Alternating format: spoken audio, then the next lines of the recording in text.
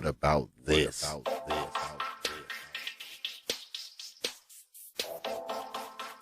What about that? What about that? What about that? What about that? What about that?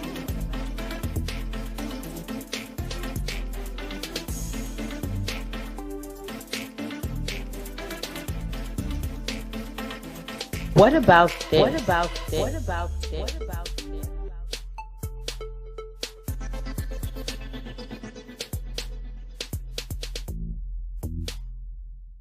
What about that? What about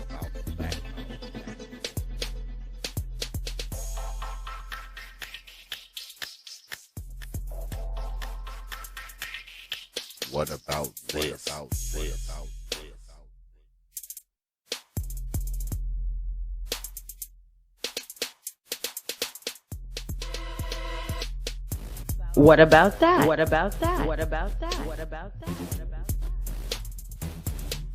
What about this? What about this? What about this? What about this?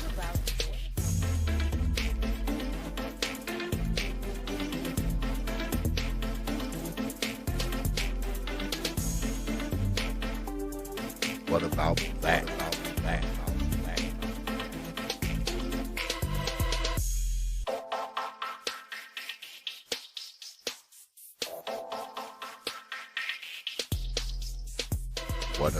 What about this?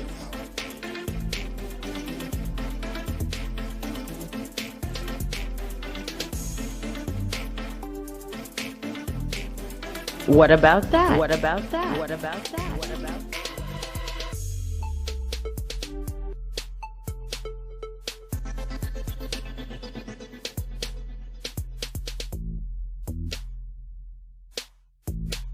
What about this? What about this? What about this? What about this?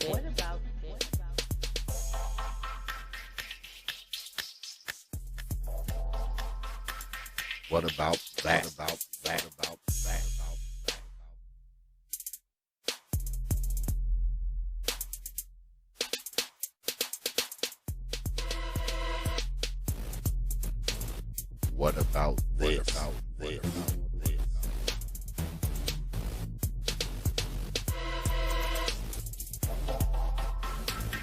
What about that? What about that? What about that? What about that?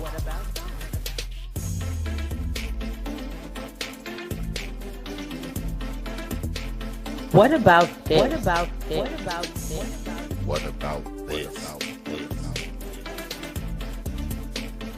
What about that? What about that? What about that? What about that? What about that, Negroes? And we are back. Peace, folk. Welcome back to another edition of the Proper Thought series right here on the old T.P.O.T YouTube page. I'm your host, X, of course, but you knew that already. That's why your black asses are here. Tonight, special show for you Negroes.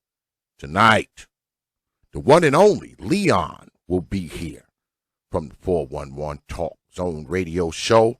And as you can see scrolling down there, tonight we ask the question, what about the thoughts of old Negroes?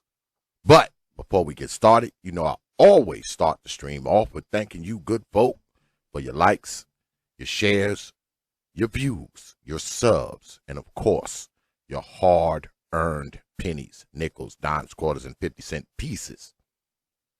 Because I realize, man, you don't have to do it, man. You don't have to show up to these goddamn streams, man. You don't have to watch these videos. You don't have to like them, share them. And you definitely don't have to drop your hard-earned coins on this platform. But you good folk choose to do so, man. Night after night, week after week, you are here when you can be anywhere. And I don't take you good folk lightly, man. I never have and I never will. You got my word on that. Now, I know I get up here and say shit you don't like. I know I get up here and say shit you disagree with. I know I get up here and say shit that make your black asses mad. And I'm going to continue to do so. But one thing I'll never do, man, is take you good folks lightly or disrespect you. You got my word on that. I'm humbled, I'm honored, I'm appreciative of all you good folk. And that goes for the good folks who hang out there and the good folks who hang out up in here. All right? All right. So, let's get at it. But before we start, you know we always start the damn show off with that part of the show that I think has become your favorite. The old mama of the day. These old mamas.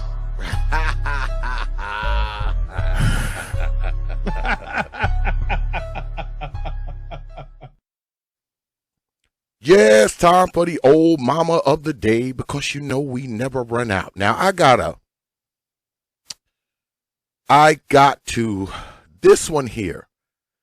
I mean, this one is going to make y'all mad. I mean, this is going to piss y'all off. As a matter of fact, before I even play this one, let me play this.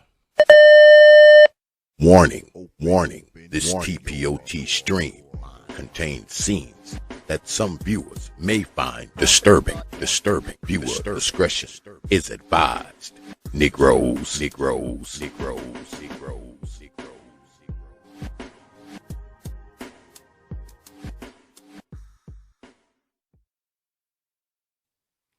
Yeah, this old mama of the day is going to piss y'all off, man. And y'all going to want to call fucking CPS on this one, man. Here we go, man. These old mamas.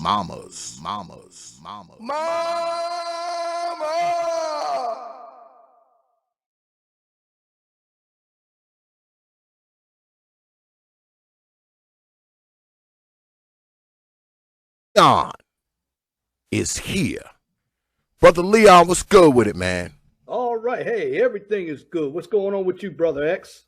Nothing, man. You ready for this old Negro chop down? I've been ready for this. I've been doing my own videos as well. And hey, I'd like to send a shout out to Brother Free Zone and SKC. You know, they were on a video cook last night where, listen, Brother X, I had never seen it in my life. They had this Negro. His name was Ricky Williams. Oh, yeah. Now, I actually pre-recorded, and for the folks out there who came to my channel, I'm going to re-record that video again because I forgot to put the sound in. I use Zoom. So be patient. When this is over, I'm going to go back and do it all over again, and you will have it up for your listening pleasure. It'll probably be 1 and 2 o'clock in the morning, my time, since it's 9:19 here in Indiana, of course, where X is. But, brother, that what you just showed me, will show the rest of us, it's what's happening out here.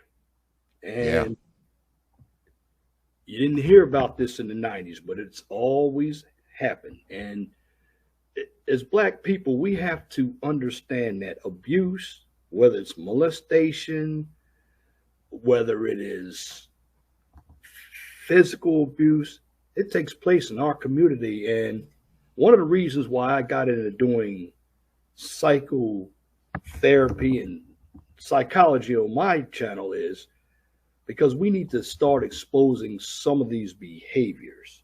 And when you and I got on back in 2015, 2016, the whole concept of YouTube was different. Now, as like you, I've begun to look at YouTube more as, yes, there are some fundamentals that are out there, but it's become more of an entertainment platform. When we got on it, we all did blog talk radio. We did pre-recorded videos. We took it a little bit more seriously than what some people do now. And when it comes to old Negroes, I want to put this out there because there's some people who believe that old Negroes don't have any wisdom or knowledge. That's not true. Now, the ones you've been listening to, they're indoctrinated, but people like me, no, I've never believed the philosophy, the stay on plantation philosophy, the vote Democratic philosophy, the feminist philosophy, worshiping the ABW as a god. I don't even watch their content. Okay. I believe in doing content straight up for men because as a man, besides leading, we need to get to know ourselves. And many of us are under this real effeminized delusion. I looked at Dr. What is his name? Umar Johnson. Let me tell you all something about Pan-Americanism. Pan-Americanism is something of pro-black, and I don't need to be a Pan-American to be pro-black. I'm black because this is the way I was born, and this is how I'm going to die. So what I'm going to say to all the brothers out there is don't be inferior. Look at yourself as something better. Now, we love to go on these panels. We love to chop it up. But as older guys, Brother X, we still have some knowledge to give. Are individuals going to trust us who are younger than us enough to believe it? That's up to them. Because you know what? As much as people call us old Negroes, at least we made it this far. Some people may not make it this far. They may end up getting their head blown off in Chicago, in Baltimore. Today, you look at some of these guys out here. Oh, yeah. We made it. We made it. We made it, goddammit. We made it to these 50s. And the crazy thing is this. Because when I was coming up, I grew up in, like the 70s and 80s. I was in the 80s, I was a teenager. And I mean, coming up in the 80s, they were talking, you would hear a lot of talk of, the average lifespan of a black man is 21, 22, 23. So when you're a teenager, 16, 17, and we might be joined by my brother Nick Taylor. I know he's on the road right now. Yeah, Bring him up. He's on the road. Yeah, he's on the road right now. So I guess as soon as he get, back to the garage, he might jump on here. But I mean, when I was growing up, hearing this stuff, it made you think like, I may not make it to 22 or to 23 and, all that kind of stuff. So, I mean, you think that way and you never even think about you being 50, right? It never crosses your mind.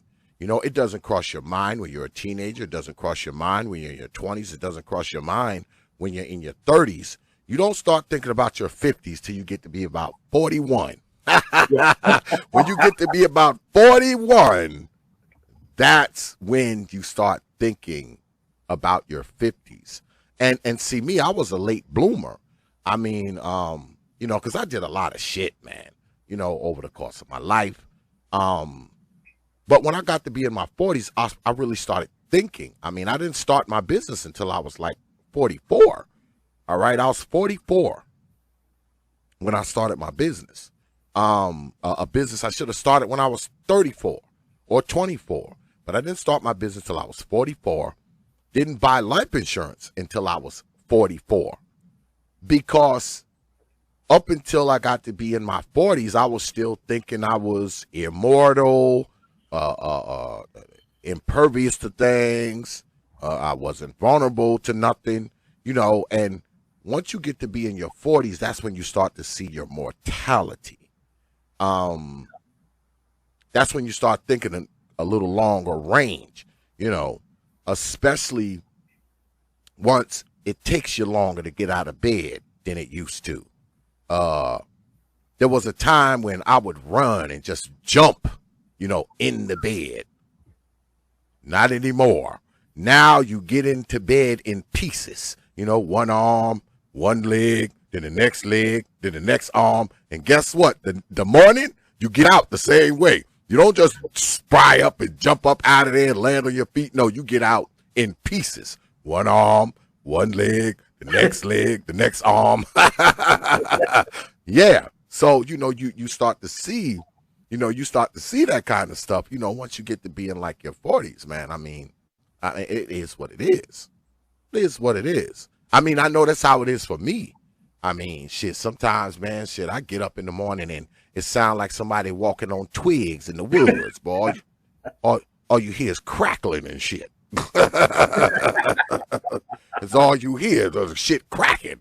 You know, like somebody walking through the goddamn wood on top of kindling or some shit.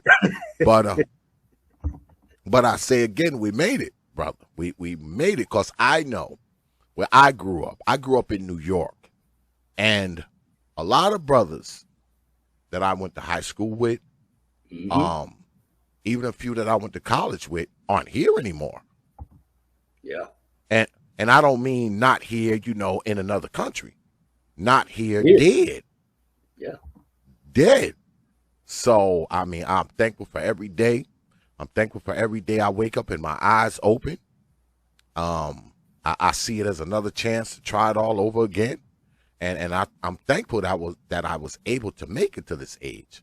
Because, you know, not to sound like an old Negro spiritual, but it is sort of a blessing, you know, to open your eyes every goddamn day and get up out that bed, man, and know that you got another chance to try it all over again. But, you know, you got it.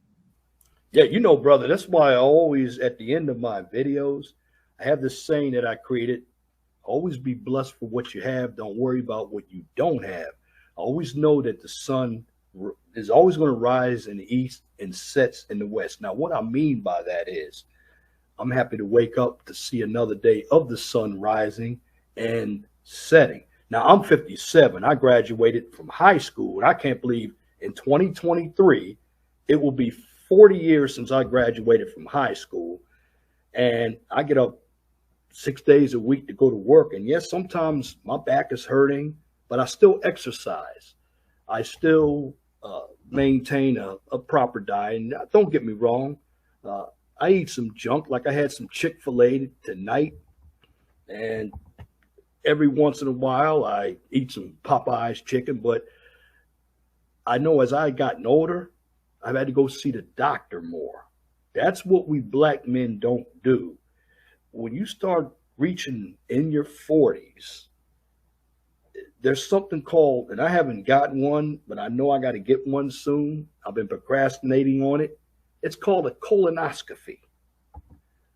I have to get one of those soon. And brothers, yeah, if you want to live a little longer, you got to get your health in check. I mean, I hear a number of us, we complain about women being overweight, but I've seen a number of overweight guys as well. Now, I live in an area here in Lafayette, Indiana. It's a mixed area. And I've seen a number of men with guts on them. I mean, white guys out here. Some of these guys look like they don't shave. They have missing teeth. Some of them are dipping snuff. Many of them don't groom themselves. Some of them look like they don't bathe. And one thing I've always told myself, because I had a dad, I wasn't raised in New York, but I lived in Baltimore, also lived in Wheaton, Maryland, and Columbia, Maryland. And one thing that I have a gift right now, both of my parents are still living. So if I need some advice from my dad's 82 years old. He just turned 82 in May.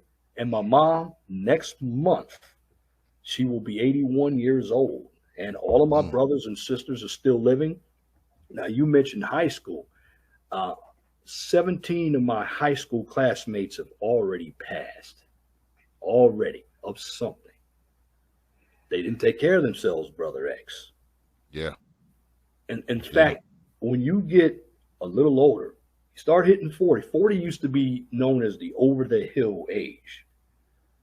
You're really not over the hill, but my dad said they called it over the hill because you are going into a next part of your life. See, I divide life up into 4 sectors.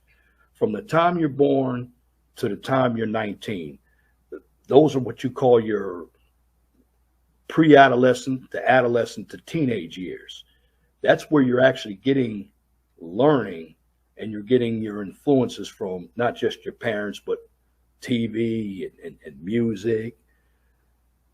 And then you carry that on to your between 20 and 39. Now, in your 20s, that's when you're going to do a little bit of experimentation. You're going to make a lot of your mistakes. Now, when you get to your 30s, however, your 30s, you should already, for the most part, you should be close to settling down. You should have a plan of action. Some people are already married. Some people already have children. Some people have a career. Some don't. But you need to have everything intact so you reach the next step. And when you're young, your health, because I always say, when you wake up, you get a little older, there's another part of you that's always dying. And we're born to die. I hate to say that. We're all going to go one day, but while you're here, you make the best of it. You make the best of the medical technology. Now, don't always trust the doctor. Get your own blood pressure meter. If you have sugar issues, get your own glucose meter. Make sure you basically have your A1C checked, because what's big in the African American community is diabetes. We also have stress. We also have cardiovascular, which we deal with heart disease. It is very, very serious that we take care of ourselves. And you know, something else that I don't do, and I see people in the space do, the yelling and screaming on the panels. Let me tell you something. You're putting stress on your heart, your blood pressure. And when that goes, you go. And remember, I always say this too, Brother X, you only live one time. So I say make the best of it. Because I'm like you, I didn't get my college degree until I was 43. I went to the military at 24. I would have stayed in the Navy for 20 years, but you know, when President Clinton was in there, he was cutting the military, so I got out after 17 years, but I served my country. And yeah, I have a little business I started. It's been a little difficult to get off the ground. It's quality control inspection services. It's an inspection type or engineering type of company, and I'm still working on it. But the thing I will always tell you is, black men like us, we're Gen Xers, and we've had parents. Now, here's where my parents, and parents aren't perfect. The teaching that we had was you go to college to get a job and you work for somebody. We weren't told about entrepreneurship. So the younger generation, we didn't pass that down to them. This is where we failed. But is it our fault? Because our generation, Generation X, and we were born in the early part of the Gen X generation in the 60s, we were latchkey kids. And what I mean by latchkey kids, we were left home by ourselves, so we had to be independent. We had to learn how to cook. We had to learn how to clean. We had to learn how to fix a car. If you look at a number of men today, they don't even know how to do that.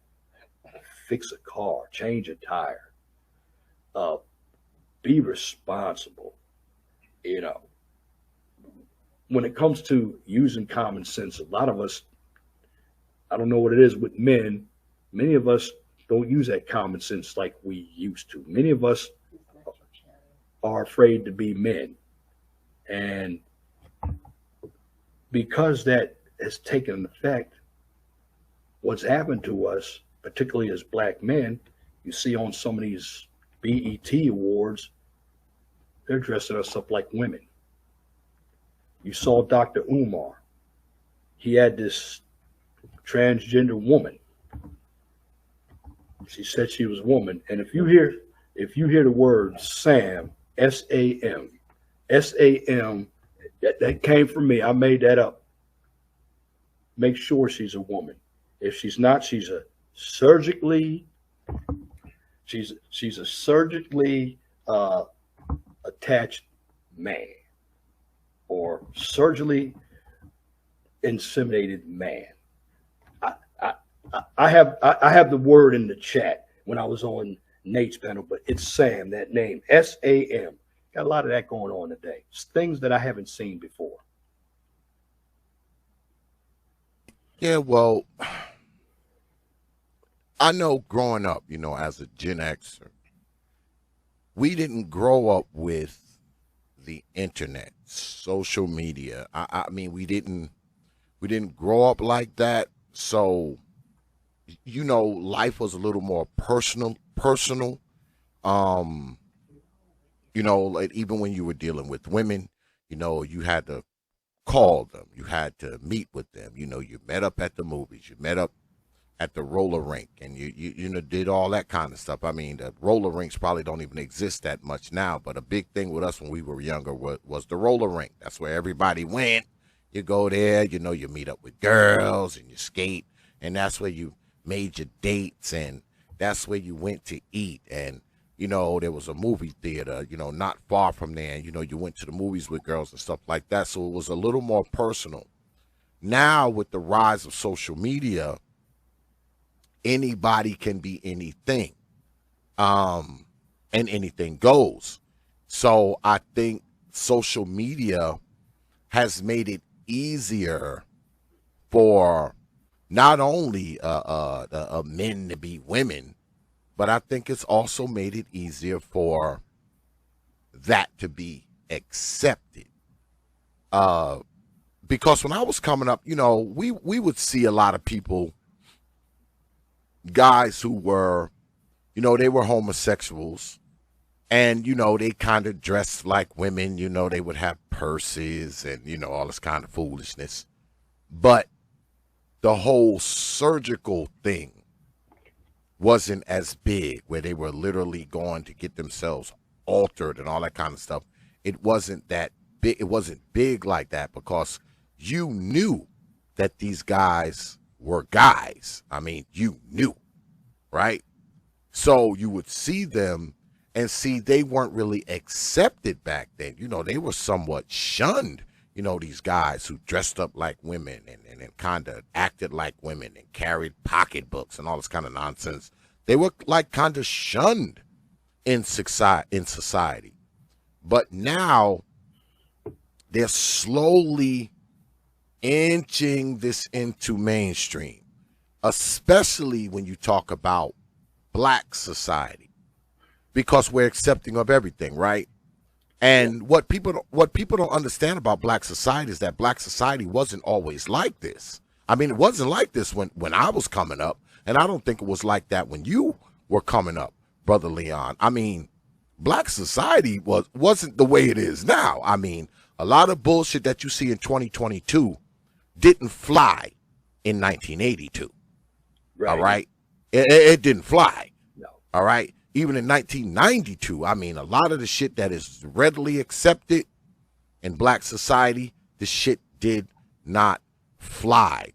The way children are today, everybody knows I did a story not too long ago about a 73-year-old man named James Lambert who was beat to death by a bunch of children on the side of the road in North Philly.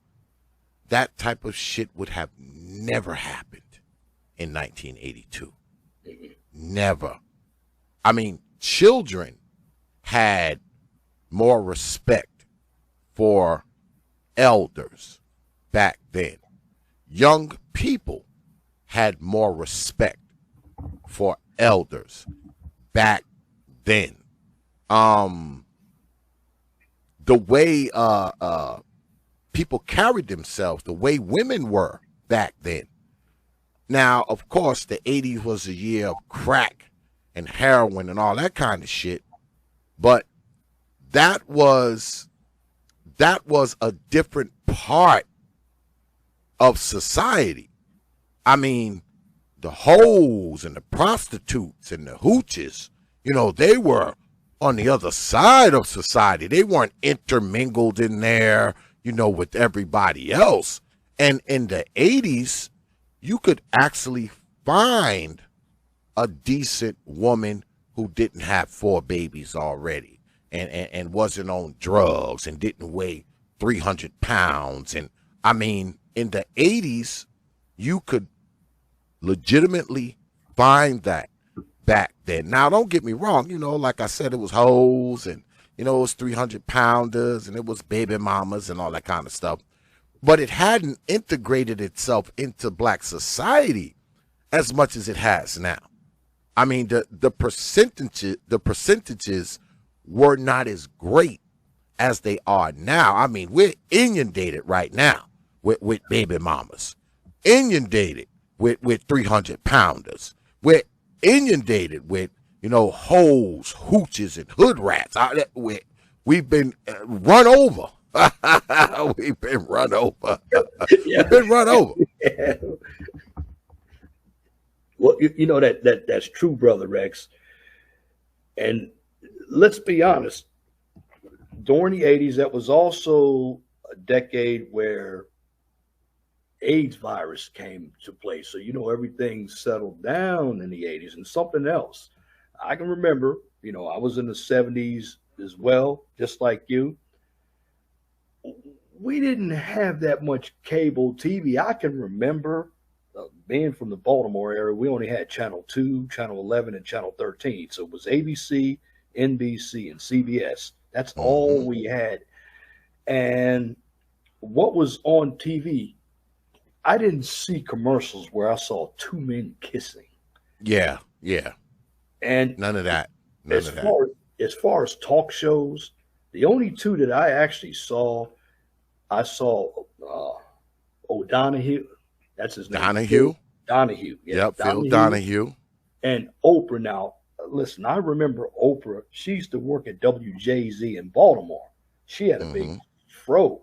She used to be a news anchor. I remember her very well. In fact, she used to live in Columbia, Maryland, in a place called Harper's Choice. If you're not familiar with Columbia, Maryland, it's in between Baltimore and Washington, D.C. It's a yuppie area in Howard County. Very nice area.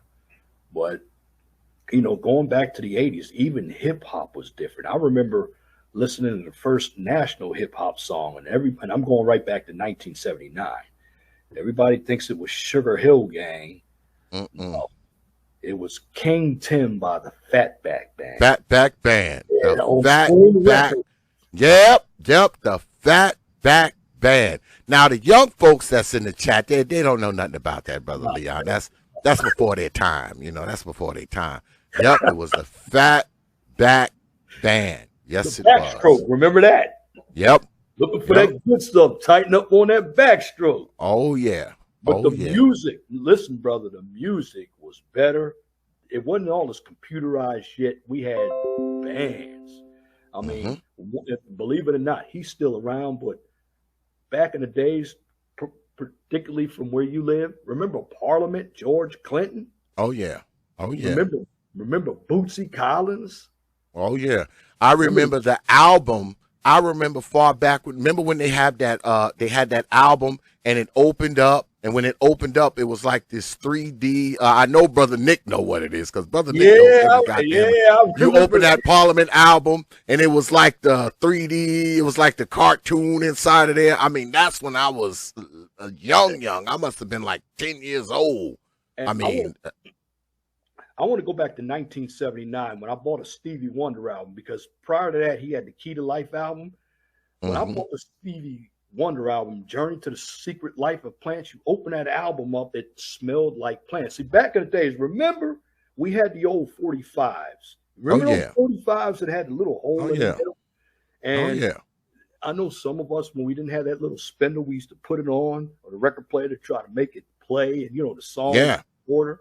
And then we got 33. See, we were in there where they were going from 8 tracks to cassettes. See, the reason why I talk about our generation, because a lot of the technology really came in our generation.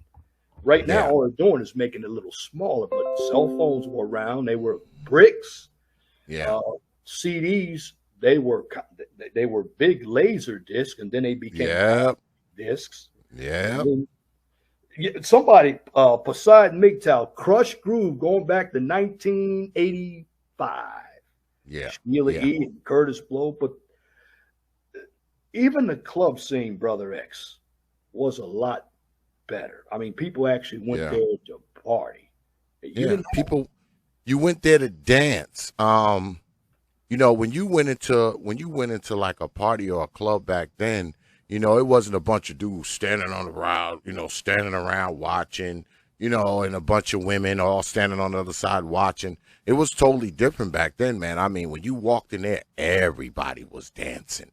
It was a different type of thing. Because see, growing up in New York, right? Coming up as as a teenager, a lot of the popular rappers, man, I knew a lot of those guys. I would see those guys. I would see EPMD. I used to see Public Enemy all the time. Charles Ridenhour, that's Chuck D. Wayne Drayton, that's Flavor Flav. Norman Rogers, that's Terminator X.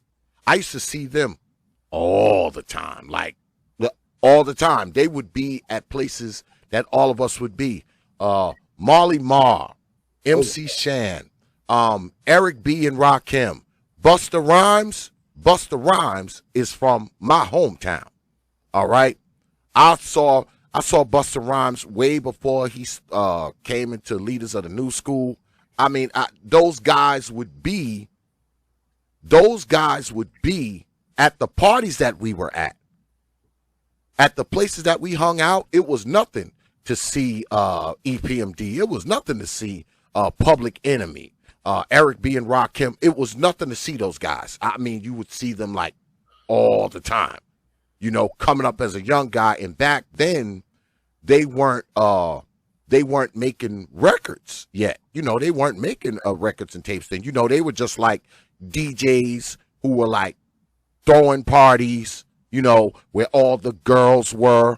They used to hang out at Stony Brook University, having parties at New York Tech, the New York Institute of Technology, where everybody used to hang out at the Union Hall. Man, you would see everybody in there. All your favorite rappers from back in the day from New York, I used to see them all the time. Dougie Fresh, Melly Mel would hang out at the Shirley Arena. I remember Dougie Fresh when he first came out to Long Island and he performed at the Shirley Arena. And they remember him from All the Way to Heaven. But Dougie Fresh used to come to block parties, and he would take a microphone and he would go across his fucking mouth with it, and it sounded like somebody going across a fucking piano. Oh yeah. That was before he even started making records or any of that shit. Biz Markie used to hang out at our high school.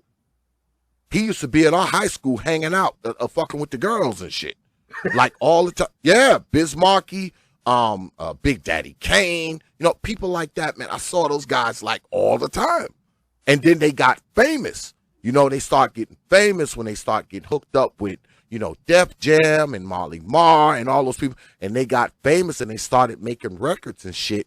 You didn't see them as much, but man, I had been around those guys like my teenage years. I had been at parties where those guys was. I've had conversations with people like Eric Sermon and Parrish Smith, EPMD. Had talked to those people, man. Stood around and bullshitted with those people. I mean, many, many years ago, man. That's kind of how I came up as a young guy. I came up around that kind of hip-hop scene before hip-hop got crazy and people start getting shot in the head. Yeah. I came up before all of that, man. Before all of that wasn't happening like that when I was younger. It just wasn't. So in New York, I remember it's no longer on the air now. They had a guy named DJ Red Alert. He was on 98. Remember 98.7? Oh, yeah. 98.7 Kiss FM. I remember that shit. There was another one. It was on 92 WKTU. It's on 103.5 up there. But now being from the Baltimore area and the DC area, we listened to the New York hip hop, but we got into the go-go, into the Baltimore club. There was a song out there back in the 90s, believe it or not. He's still a DJ. He's on WVEE in Atlanta, Frank Ski. There was a song that came out called Doodoo Brown. That's Frank Ski. It's from Baltimore. There was a R&B group, Star Point. Believe it or not, Tony Braxton, she's from Maryland. Pockets, they're from Baltimore. The hip hop scene wasn't as big in Baltimore, but the Go-Go with Trouble Funk, EU, AM, and FM, Rare Essence. We had the Quiet Storm down on 96.3 WHUR. We also had V103 in Baltimore. It's no longer on the air. But, one thing I could visualize traveling up, because I went to school also. I went to an HBCU down there in Richmond, Virginia called Virginia Union. So, you're going up I-95. You know what you're going to get. You're going to get a lot of happenings of I-95. And, I mentioned hip-hop because those brothers, they actually had to rap. Today, this mumble rap, I don't even know what they're talking about half the time. I don't even listen. I don't listen to any of that shit, and I don't allow it played in my house either. So yeah, that shit don't get no play in here. Because see, when we were younger, we were coming up, and hip hop was relatively new. Yeah. So we listened to a lot of R&B, like when we went to like clubs and shit. People like the SOS band. Yes. Atlanta. Yeah. Alexander O'Neal. Oh, yeah. We listened to a lot of Teddy Pendergrass. People like that. We listened to a lot of those people. Coming up. It wasn't. The music scene wasn't inundated with the quote unquote hip hop, because when I was coming up as a young guy, you only heard hip hop after 12. That's like correct. It didn't play a mainstream like it does today. I mean, that came on at like 12 o'clock, where you had Chuck Chill Out, Molly Marr, Red Alert. They came on at midnight, and they played hip hop, up until like 2 in the morning. You didn't hear no hip hop 12 o'clock in the afternoon or 2 o'clock in the afternoon. You didn't hear none of that shit. You didn't. That shit came on at after midnight. Now, that's when you heard it. Don't forget, Brother X, about Mr. Magic. I remember he used to. Oh yeah, Mr. Magic. Super blast. Blast. Yeah, man.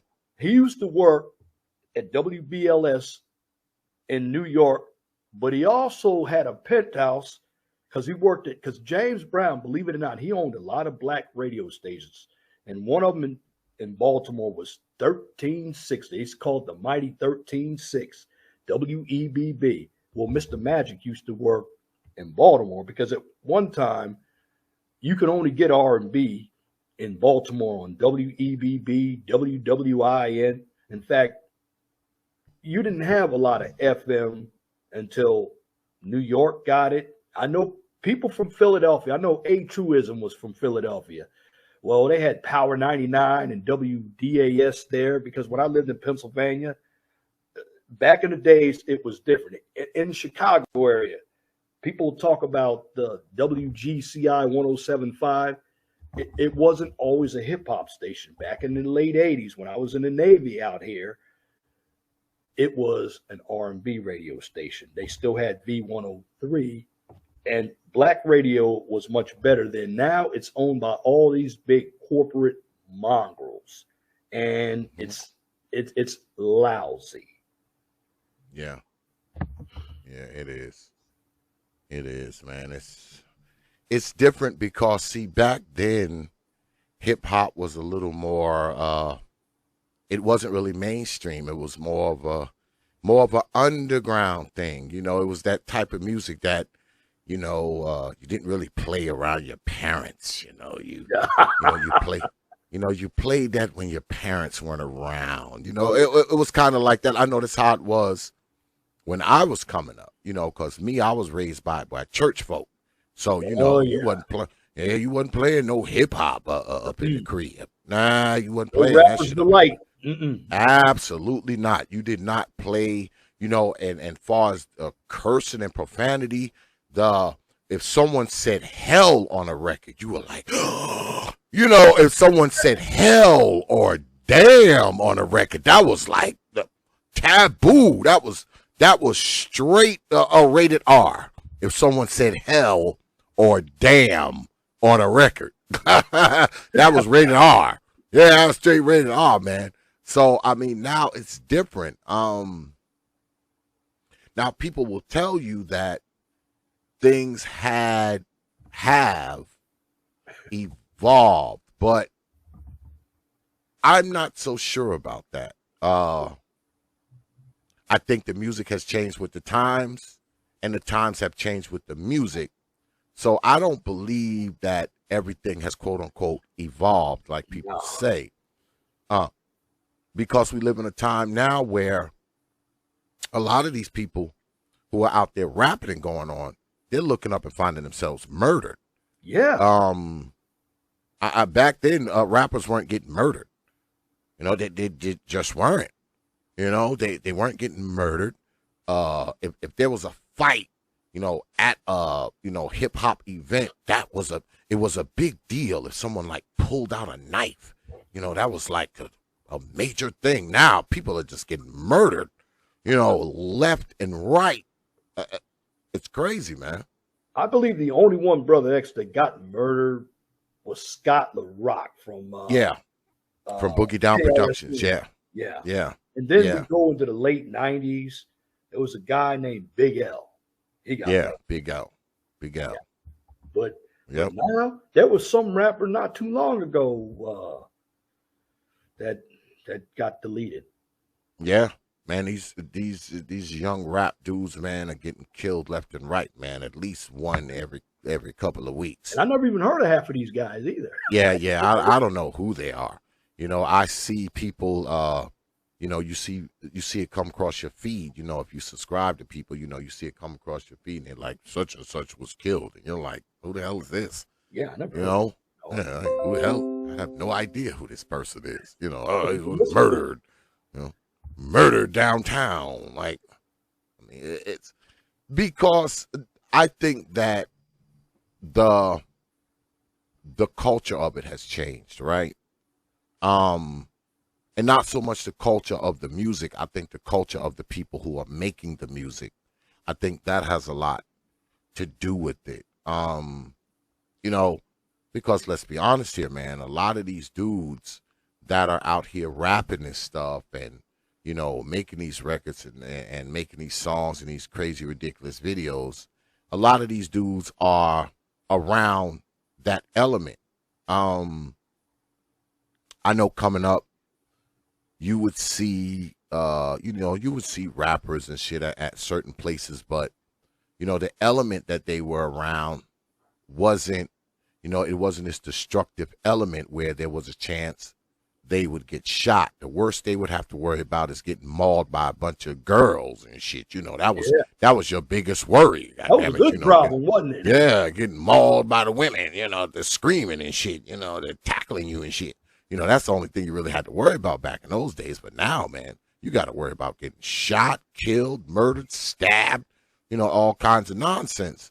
And I think that it has turned the whole culture that surrounds it, has turned it somewhat dangerous, because if you have these rappers who are living this type of life and they're doing a concert or they're doing a performance, that means they attract other people who are in said life, and you can be there and you can find yourself killed because of what's going on in that event. You can end up dead just as a concert goer.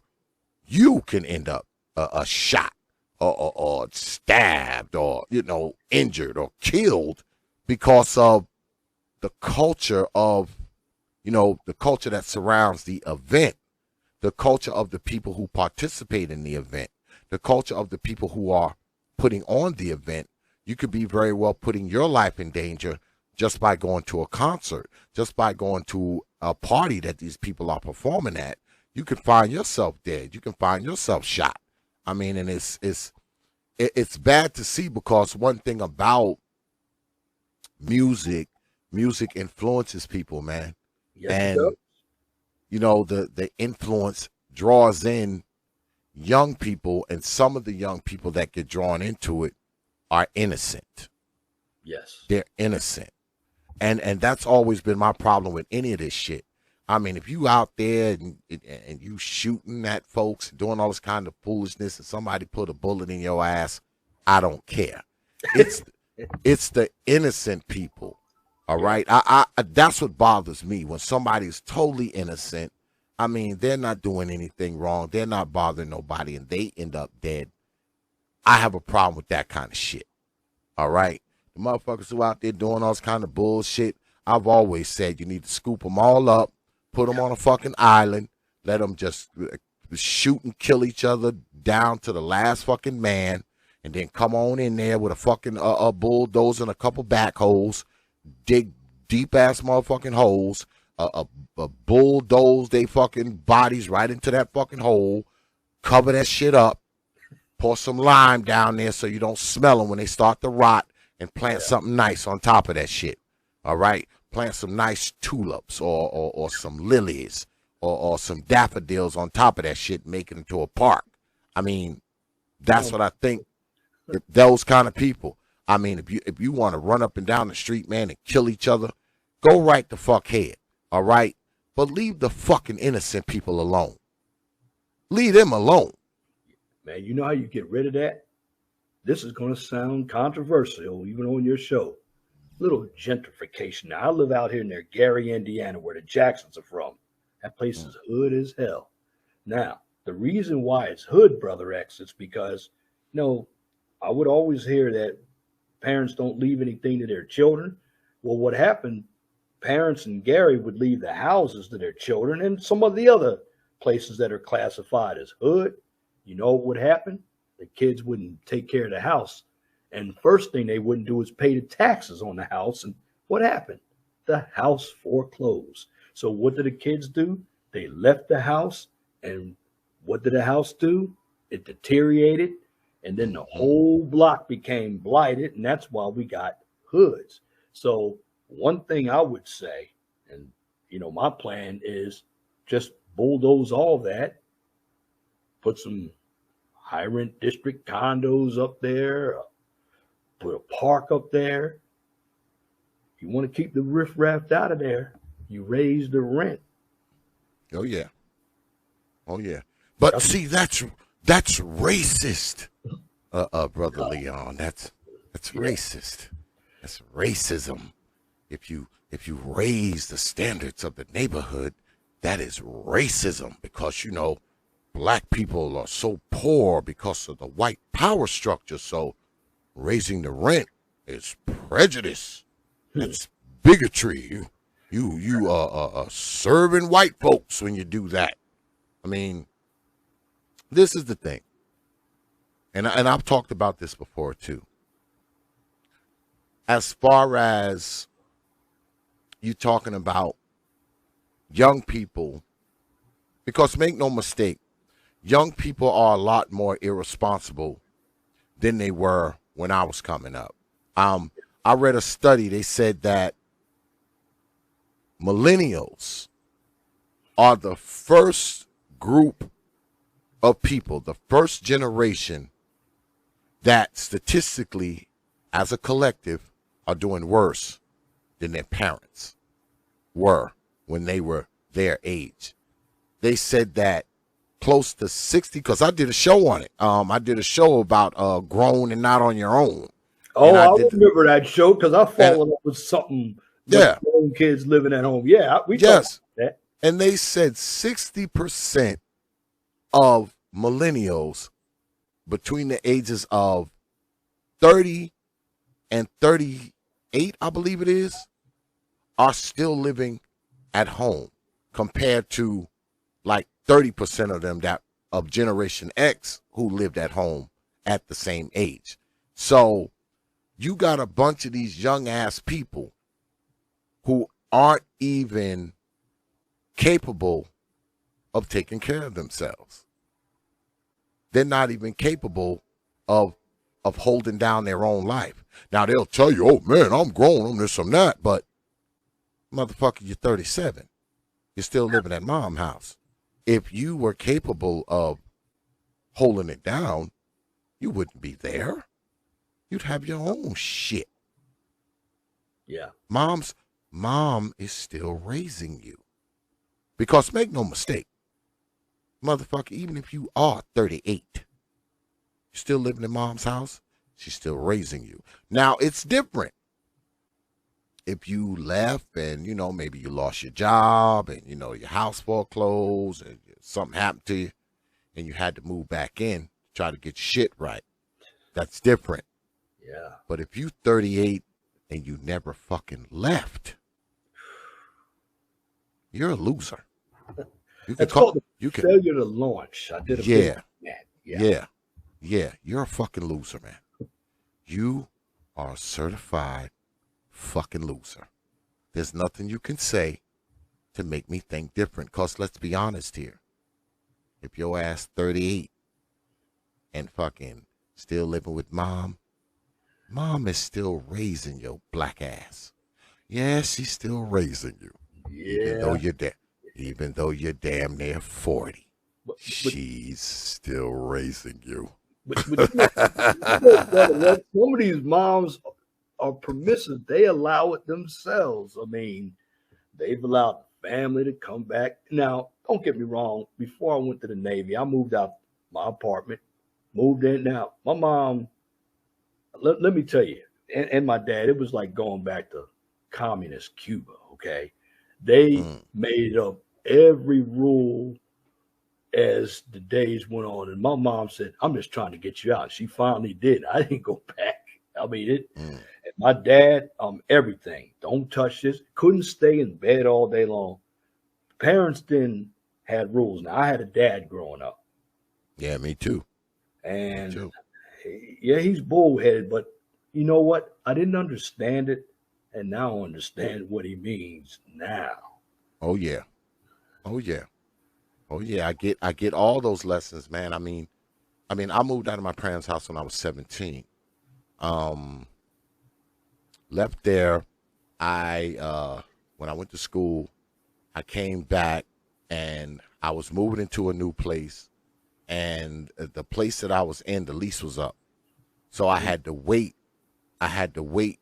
2 weeks before I could get into my other place because there was a plumbing problem. So I decided, and I was 22, 23 at the time, and I decided, to go stay with my parents, and wait those 2 weeks. Man, those 2 weeks was like 2 fucking months. I mean, because, I had been out of their house so long, I had forgot, how it was. And can't do nothing. Don't play music. Don't do this. Don't slam my door. Don't be in and out the house. Don't do this. Don't play your radio when you fucking pull in the driveway. Just because I had been out of their house so long, I had forgot why the fuck I had left. I was like, damn, this is why I left this motherfucker. Now my dad, he wasn't really that bad. My dad wasn't that bad. He was kind of glad that I was around, do shit around the house and, have work on his truck and shit like that. But my mom, man, she every fucking rule in the book. Don't do this. Don't do that. Don't do this. Don't do that. Don't touch this. Don't touch that. Don't burn lights. Don't play the radio. Don't be in the living room. Don't. I'm like, man, I'm telling you, those 2 weeks were like 2 months. I'm like, man, no wonder I left from here. This is why I left from here 5-6 years ago. This is why I left. Yeah, man, it was crazy, man. And but I understood because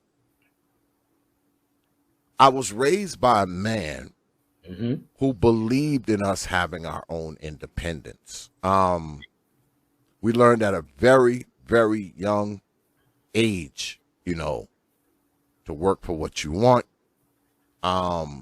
save, all right? And my dad always said, he said, buy what you need, save for what you want. That was his rule. Yeah. What you need, buy it. He said, what you want, save for it. And what he would always tell us is, save up your money for something And he said, once you get enough money to buy it, he said, put that money up. He said, and save enough to buy 2. He said, then you'll understand how to operate your finances. He said, if you want something for $500, just don't save that $500. He would say, save 1,000. He said, because even if you spend that $500, you still saved $500 and you haven't spent all your savings. You know, that's the kind of shit, you know, our dad used to tell us. You know, he'd tell us operate our finances like that. I mean, my old man was the reason why I was able to move out. You know, I had saved up my money. I had found me a little apartment, you know, because he told me, he said, look, he said, if you don't like what's going on up in here, oh, yeah, you breeze on out, you know, because the old man, he was greasing the wheels, you know, for you to roll out. By the time you was 13, 14, 15, the wheels were already greased for you to roll your ass out. So he tell you in a minute, like, you don't like what's going on up here, son. Oh, God, I hate that, boy. You roll on out. Yeah, you roll out. Because he said, this is my house. He said, this is my house. And he would tell us, he'd be like, he would say, is this your home? And you'd be like, yeah. He'd be like, no, the fuck it ain't. He said, you don't got no home. He said, this is my home. He said, technically, your ass is homeless. Yeah. He said, I allow you to stay in my home. He said, motherfucker, you homeless. He said, you are homeless. You homeless. He said, this is my home. He said, you just got a place to stay. That's right. As long as I allow it. But technically, your ass is homeless. Yeah, that's what a lot of people wouldn't even be able to survive in the house that I grew up in. It was rough. All right. It was tough existence. And what about eating meals? Because I see kids now, if they don't like what's on the menu, that moms, and I'm picking on the moms, X, because moms are more permissive than dads. We had a rule that you had to eat what was on the menu. Well, guess what? You didn't eat it all. Oh, yeah. And then we had to clean up. We had to do housework. We had to learn to fix cars. Me and my brother did most of the gridiron work. Now, my sisters got a little bit more spoiled. I mean, their cooking was lackluster compared to what me and my brother did, because me and my brother had to get out there and work McDonald's, all kinds of jobs. And you know what my dad used to say? He said, yeah, you're working at McDonald's, but how much did you have before you worked at McDonald's? You had zero. So you're getting that $3.35 an hour, you got something. And going to work is good for you. And, you know, my dad was a drill sergeant. He was in the Air Force. So I grew up in that type of home. So it was easy for me to even go through the military, because, yeah, the military, back when I came in the military, guess what? And probably Nick can tell you too, you know, they were allowed to hit you when I came in. Nowadays, yeah, they'd knock the crap out of you. Oh, hell yeah. Oh, yeah. They wouldn't join death, but you know. We have been joined by my brother, the one and only brother Nick Taylor is here. But don't say nothing, Brother Taylor, because I must introduce. I know. Here we go. My brother. I must introduce my brother properly. Already had it in his mind. I played on leather. I don't give a fuck what you played on. This is what I want you to do. Bing, bing, bing, bing, bing, bing, bing, bing, bing. That's what I do. It. Do it. Yeah, you do. There you go. Drummer. Guess who else used to do that? George Clinton. George Clinton used to do the exact same thing. Now you want to compare dude to go, nigga, hit the bitch, boom, hit her, smoke this shit, boom, hit it, try that bitch, boom, take it off, hit it, hit them brakes, hit it, go that way, hit the left. That's not, he ain't George Clinton. Brother Taylor got that shit down packed, man. I hear it coming out of people's cars, and I see these motherfuckers' heads in there. I'm like, what are you doing? Man, this shit is dope. You mean as in heroin? Man, hit that left at the end of the block, hit that right, watch the speed bump. Nigga, hit them brake. Smoke me shit. What? What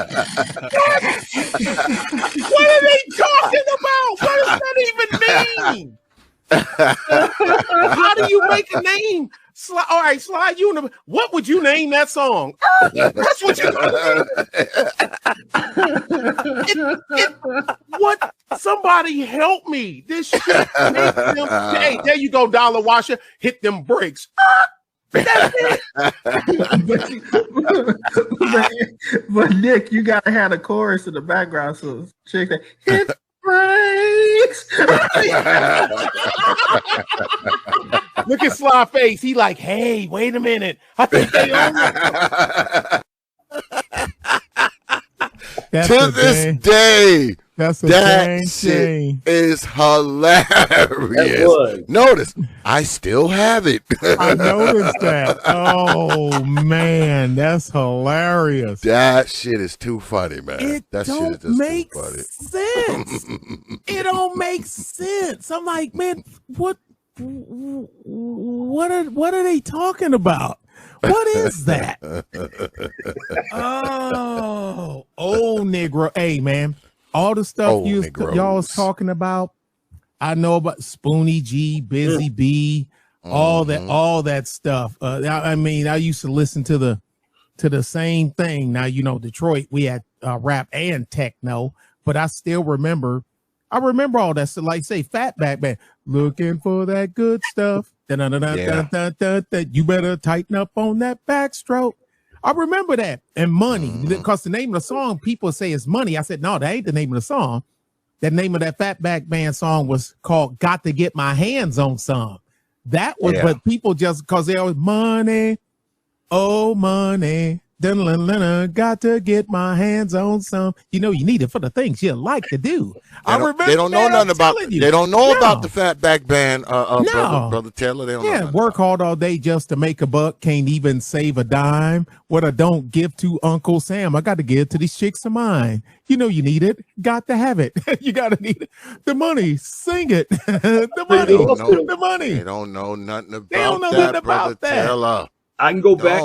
Let me go back to 1978 when there was a song out, and I haven't heard it in a while. Jimmy Bohorn, Dance Across the Floor. That was produced by Casey and the Sunshine Band. Going back to some old Isley brothers. KC, that white boy was cold. He don't get his just respect. Well, he was remember George Dookie Stick, going back to 78. Mm-hmm. Heat Wave, Rolls Royce in full bloom, going back to 77, Wishing on a Star. The music that we came up with. Yeah, because they done the they done the soundtrack for Car Wash too. Yeah. Rolls Royce sure did. Stargard did a soundtrack for Which Way Is Up by Richard Pryor. Mm-hmm. And talking about comedians, who do we have? Richard Pryor. Mm-hmm. People like that. They don't have that now. I mean, yeah, Bernie Mac was good, but I don't like what they got now. I don't listen to much other stuff no more because I'm like, man, I get comedy, and you know, I can laugh at some things, but then the same person get mad when somebody try to treat black people like you make jokes. I'm like, wait a minute, dude, they heard it in your comedy set. You know what I'm saying? That's where they heard it from. What are you talking about? But man, freaking yeah, and then one of my favorite soundtrack, Bobby Womack, Across 110th Street. Boy, look here. Don't mess with me about Bobby Womack, man. I will jump on you. Oh yeah, we got Brother Tell up here now, so you know we got the music aficionado up here now. And Curtis Mayfield got cheated. Well, technically he didn't, because Shaft came out, and Isaac Hayes, you know, that score was hot. It was hot. And Superfly. Yeah. So they had to go to the same music awards. So, I mean, I figure if any other year, like the year before, the year back, Curtis Mayfield would have won that, because, man, the Superfly soundtrack is hot. Yeah, it was. But you going up against Isaac Hayes, you know what I mean? Now, personally, personally, I like Curtis Mayfield's better. But I know as a collective, you know, the black spear, you know, hell, even the white spear, everybody gonna pick Isaac Hayes. And no diss to Isaac, because I got them both. I got both records. But Curtis could sing, Curtis could write, he would compose, and he was a better guitar player than people, you know, give him credit for. Yeah, absolutely. Oh, there you go. I had Fatback 12. King Tim the third was on that album. In fact, they won a record label distributed by Polydor. 1979. I was 14 years old when that came out in high school, followed by Rapper's Delight. Yeah, well, I just wanna play a little of this for these young whippersnappers.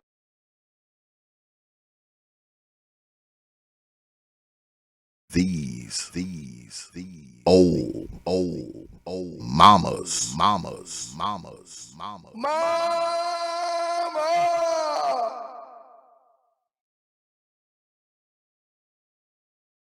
Look, I was playing Jam on Revenge from Nucleus. Oh yeah. I remember when my kids was young and they friends would be over, they like, what the hell is that? You know, and I'm like, shoot, that's Nucleus. Jam on it. Jam on it. Oh, yeah. Jam on it. Jam all around it, upside down. Keep it jamming to the funky production sound. Jam on it. I'm like, man, that was the lick. You couldn't tell me.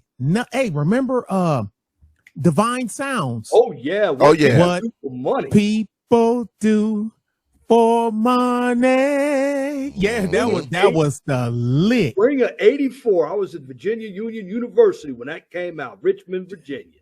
84. I was in Fort Hood. I was at Fort Hood, Texas. I was at Fort Hood, Texas. Man, Nucleus. That was good. The wiki, because that's where the wiki square. A lot of them got that wiki. That square. That was from Nucleus. Oh yeah. But they. Oh yeah. But this stuff now, I can't listen to that shit, y'all. Nah. I let it go with Outkast because I liked that. I liked Outkast. I liked Outkast. Me too. But after, for the 400 Degrees album, from Juvenile, Outkast, of course, Texas, big on, Ghetto Boys, you know what I mean? Because y'all know Texas got Houston, the rap scene is totally different than anywhere else. You know what I'm saying? Because Houston got their own rappers, gangs of them. What's up, big brother? That's my brother, Big P. And but man, I'm trying to tell you, but man, 8 Ball, MJG, all them guys there, and the Pocket Full of Stones. And I ain't into the drug thing, but they had some badass bass beats, and that's where that Chopped and Screwed, that's a Texas thing. Screwed, that Chopped and Screwed, that rap that go with, that sipping on some scissor, sipping on some sipping on some scissor. Mafia singing that song. Yeah, but that's a tech, but that the chop and screw, that's a Texas thing. That's a Texas thing. Yep, and look at him, 8 Ball and MJG dope. Yeah, that's a Texas. Yeah, a guy named Mike Jones from Texas. He was a rapper. Yeah. Back then they didn't want me. Now I'm paid. They all on me. Mike Jones. Yeah. All them guys. I'm telling man, that's Texas got their own. They got their own thing. I know about it. I don't, because I don't do the drug and lean and I don't do none of that stuff. But I left alone. But Outkast, I liked Outkast. Outkast. I really did. Atlanta? Yeah, Atlanta. Like Yeah. Goody Mob. I like Goody Mob. I like that, that dirty, like I say, because the dirty South is what? Florida, Alabama, Georgia, Mississippi, Louisiana, and Texas. And Louisiana got they rappers too, because like I say, because Cash Money crew, that's Lil Wayne, you know what I mean? All them guys, Juvenile, Birdman, that's Louisiana. That's Louisiana. What's his name? What's that dude now? He call this need to stop calling himself baby something baby because he too damn old. I think he from up near what T.P.O.T is. Real dark skinned brother. Always into some crap. Oh, I know who you're talking about. I don't even listen to him, but I've heard the name. Yeah. Oh man. Yeah, because he always into something. And I'm like, Negro, you too old for that. You know what I mean? You too and got them dark. I said, man, your kid, you need to go get your kidneys checked, man, because you got them. You know what I'm saying? He said, go get your kidneys checked. I'm like, oh man, I can't think of it. Boosie. Oh, little. Yeah, because little Negro, you ain't little no more. You grown. Now it's just Boosie badass and whatnot. That Louisiana, they got their own right now. Louisiana and Texas, because they butt up against each other, they styles tend to, you know what I mean? Cross. I mean, because Houston's right at the, well, it ain't at the border east because you go further, you got Orange and Vidor and Beaumont, but still you can get in Louisiana like that from Houston. So so you all had that hip hop, like I said, when I came up with the go-go from DC. Yep. The Baltimore club, because the Baltimore club and the Philadelphia club and the New Jersey club, they called it Brick City. They sound like, but it all originated in Baltimore. Like songs like "Watch Out for the Big Girl" and "Get Your Guns Up." That's Baltimore stuff. They used to call it Ghetto House. Yeah, well, because then, I was still living in Detroit. I didn't come to Texas until I come during the summertime to spend time with your grand folks and whatnot, but I wasn't living here. But because, you got Detroit techno and people like, well, this because it's from Detroit. That's why it's called Detroit techno. And Chicago had house music. Yeah. So that was back. So as a team, that was always a competing thing between, and it wasn't it ain't like compete now because you were rapping. You compete now, you might get shot. Then you can't go a day. You end up dead on the side of the road someday. Yeah. Look at what the chicks that's is it Gwinnett County? I'm trying to remember that I've even done the video on them where everybody, their whole judicial branch for the county is all black women in one county in Atlanta. Fulton County. And they using the rappers' lyrics to bring RICO charges on them, and they putting them in jail. They locking they dumb asses up. Heard about that. And we foreseen. I feel like Darth Vader. I foreseen this, because we talked about it as soon as it happened, and it's so bad now.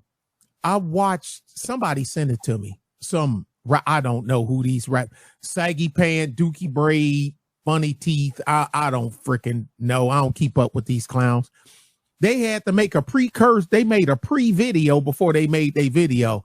Look, this is just for video production. These ain't real guns. These is this, that, and other. This ain't real alcohol. This ain't this. And they had to put out a pre-video, and put it on IG and up on everything. Them black women got them so shook down there in Atlanta. Got them shook because they giving them football numbers, RICO charges, football numbers.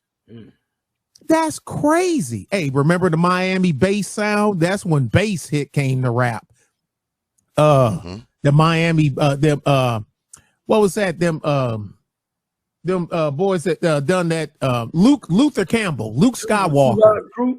Yeah, 2 Live Crew. Yeah, Luther Campbell, Luke Skywalker.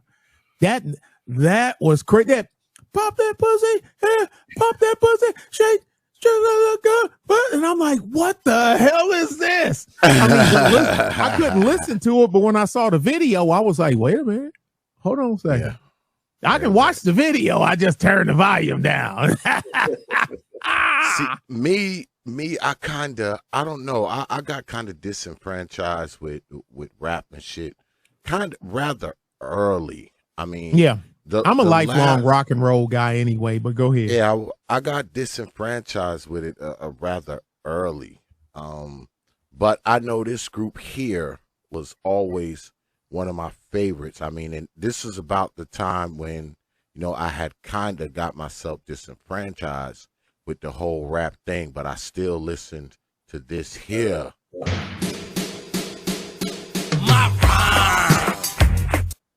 Little Stetsasonic. Yep. Oh yeah, man. Stet was like my favorite. I actually got to see them perform. They were the first. They were the first rap group that I ever saw with a real band. Like they had an actual band where they had drums and saxophones and it was the first time I had ever seen that shit in my life. I was like, because you know, you're so used to seeing two turntables and a mic. You know, I mean, to actually see people playing instruments was like out of this world. I was like, oh shit, they're really playing instruments up there. You know, there's the first rap group I ever saw with like Nucleus. Real, they a real band. They are band. They got a DJ, but they got bass player, drummer, guitar player, keyboard. The keyboard player for Nucleus is a chick. Yeah. Hell, you even look at, you can see the whole band and they video jam on it. The video, there's the whole band right there because Chili B is the bass player. Yeah.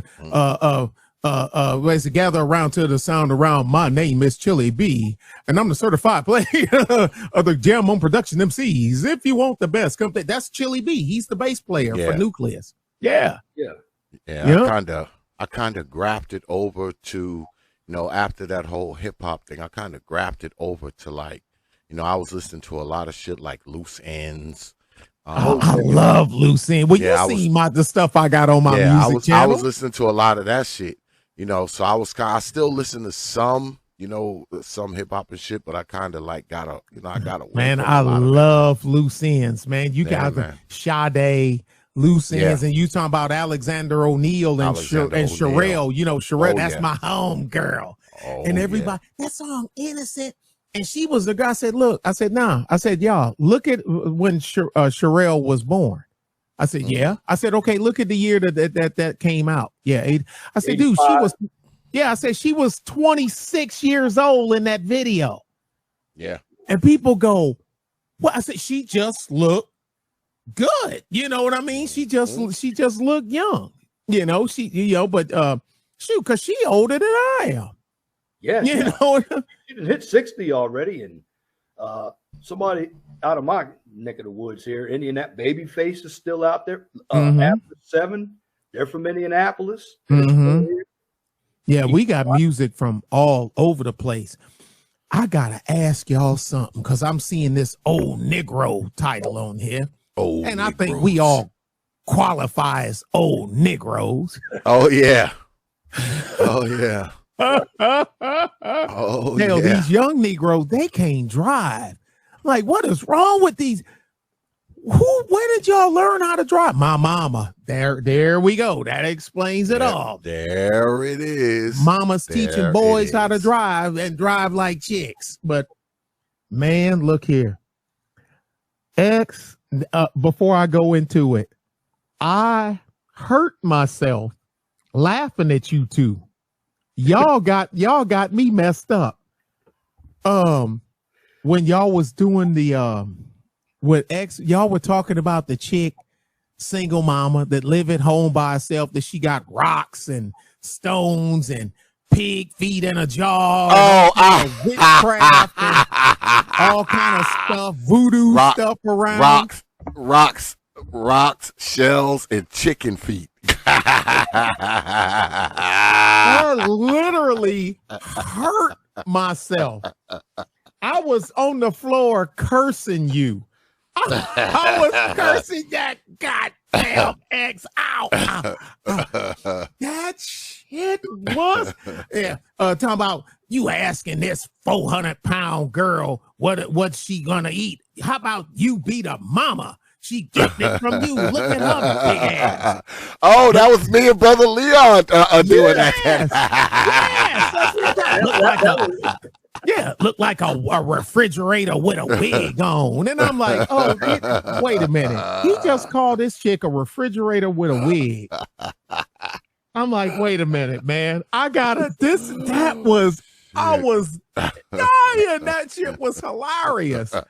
You gotta admit, Brother Nick, we black people, we eat some crazy stuff. Like I talked to my mom not too long ago, and in the middle of the summertime, and you guys may have had them. She was cooking chitlins. You all ever eat that? Chitlins? I don't eat it. I don't eat it. When I was a kid, I'd rather take a damn whooping before I ate it. I didn't eat it. I mean, they didn't cook it too often, but most of the time she cooked it with something else. You know, I mean, but you're gonna see it in the house once or twice a year. And when I walk through the front door and I smell that smell, man, I got to get out of here. There's some bullshit. I can't stand this shit. Give me a salad. Bake me a piece of chicken and give me a salad. But I'm stopping. Give me a jar of ants over chitlins and shit. Yeah, it is horrible. Man, y'all see this thing going on now? This is an old Negro topic, because if there was a real old Negro around on this panel of what just happened, what everybody talking about, this shit wouldn't happen. No. Y'all see this thing? Because I don't watch none of these people. How I got hip to it is Bernard was doing it. No Shay is talking about it. An Angry Man and whatnot. Well, Tune Day. Umar Johnson went up on that Fox Soul shit. I've been wearing Fox Soul ass out for a while here. And I wore their ass out again last night. I said, I guess this is what Fox Soul, where old hoes go to die, I guess. You know. Retire. I don't watch that crap, but he was on there with that Cynthia lady woman. Yeah. And Umar? Some other dude was on the panel. I don't know who he is. Then the chick that's the host, I don't know who she is. And then it was a Negro in a wig. On the hope somebody. Cross up. Yeah. A cross up. Yeah. Cross Yeah. up. Yeah. A surgically surgically altered man. That's what it is. Yeah. Well, how you do it? Yeah, one of them. Yeah. And because you know I got them. Yeah, it's man. That's what it was. And I'm like, man, what in the? And I didn't know, because I wasn't watching the original thing. I just get pelted, because I know y'all inboxes get pelted with stuff, because we can't watch everything. And the people that sub to y'all just pelt you with all. And I'm like, wait a minute. I done got 9 emails about this thing. Let me check this out and see what was going on. And I looked at it. I'm like, okay, it's Umar and some other dude. And what's up, Nate? Hey, and Nate. Umar and some other dude and that Cynthia lady and 2 other women. Then they like, nah, dude, that ain't no woman. That's a dude. Mm-hmm. Oh, what? And I noticed something by looking at the build. That dude is smaller than the chicks. Ain't that some shit? That, he's physically smaller than they are. And truth teller, my partner in crime, he said, man, why do black women, I ain't going on no black women rant, but he said this. Black women, he said, man, the average black woman you see on the street look like a tranny. Mm-hmm. He said she looked like a dude imitating a chick. And then, what you talking about? All right, then. What's up, my nigga? This, that, and other. Suck my D. Chicks telling men to suck they D. Mm-hmm. And I'm like, what the hell is it? And dude, I watched Bernard Riley.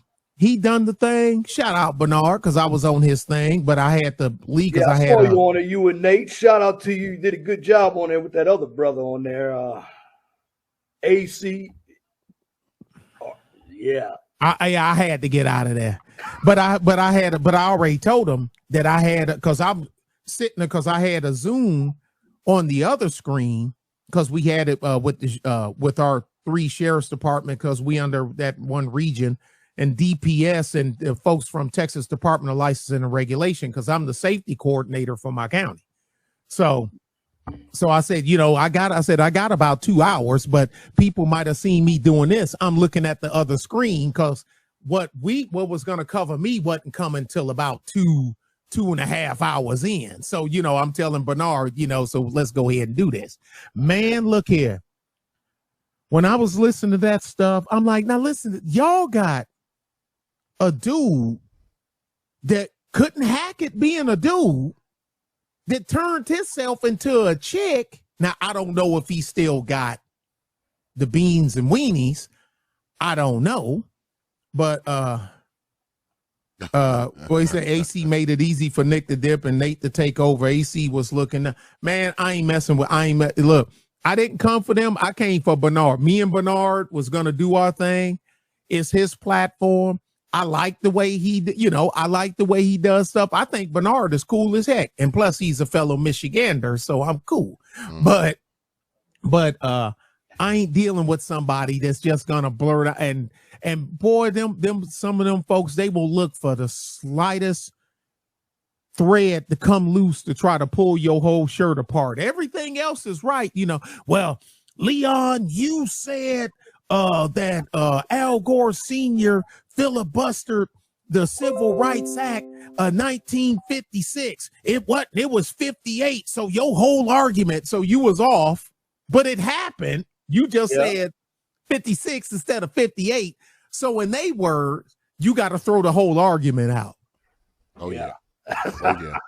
And you said it in 2017. Don't leave that out. You said that in 2018. Yeah. Oh, you said him robbed the bank and that they took $2 million. Bullshit. He only took $1.8 million. You throwing the whole thing up. But dude, did he rob the bank? Did he shoot the clerk and kill the guard?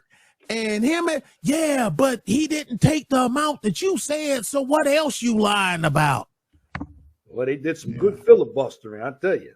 That's niggerism. Excuse me. I apologize. That's niggerism. That's why I don't get up on those panels, Nick. I can't. No, I had to go. Look, the sheriff bailed me out because I'm sitting there and his screen popped on. And here go our shit. He an old man, but he do this. Can y'all hear me? Can y'all hear me? Oh, white man, can y'all hear me? And I was like, Bernard, I gotta go. I mean, it was perfect time. I couldn't have lined it up no better. Well, because the guy with the gold badge and the gun, when he say it's time to go, it's time to go. He ain't got a silver badge. I can talk shit to the ones with a silver badge.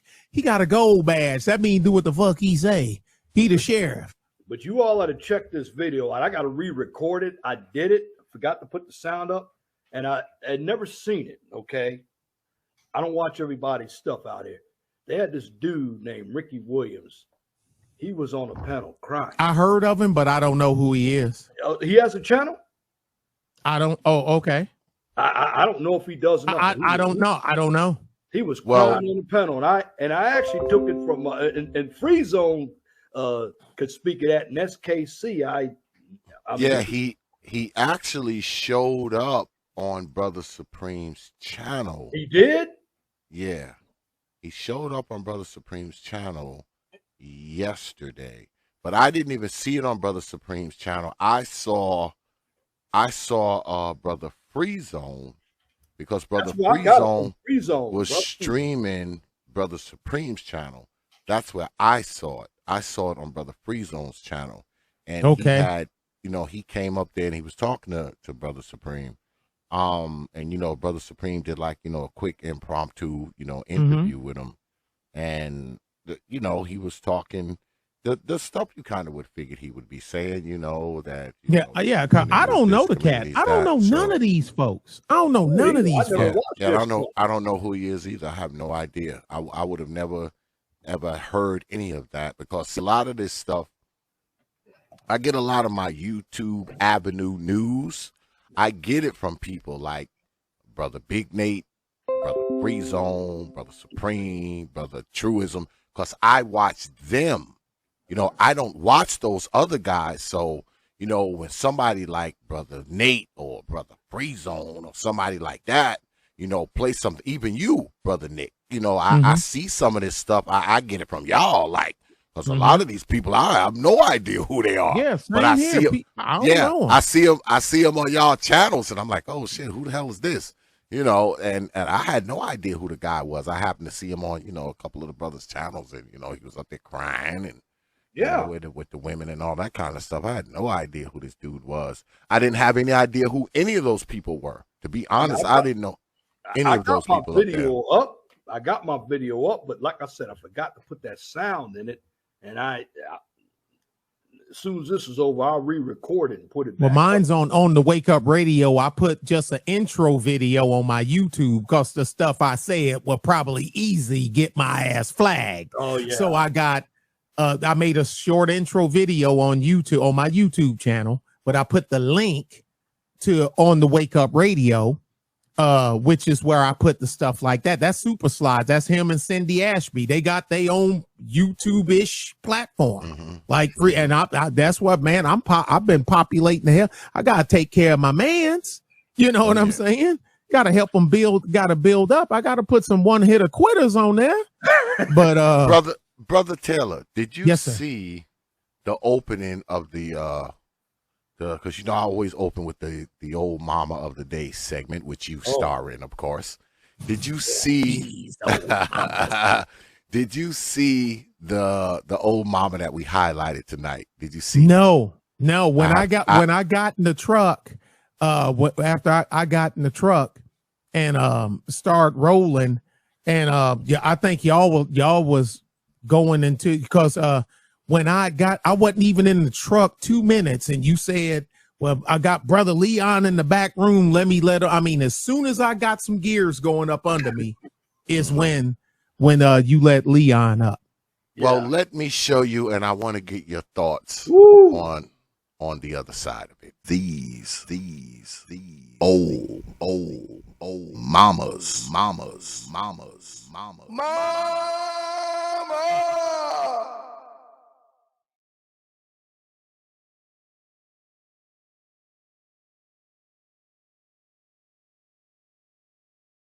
Got to purge them out.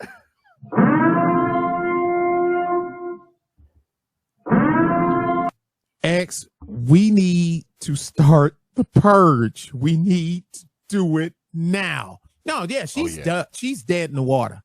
She's dead in the water. Yeah. Man. AM1 put up oh my goodness, look at the video AM1 put up earlier today. You only got to watch it for about 2 minutes and you're going to be ready to blow your brains out.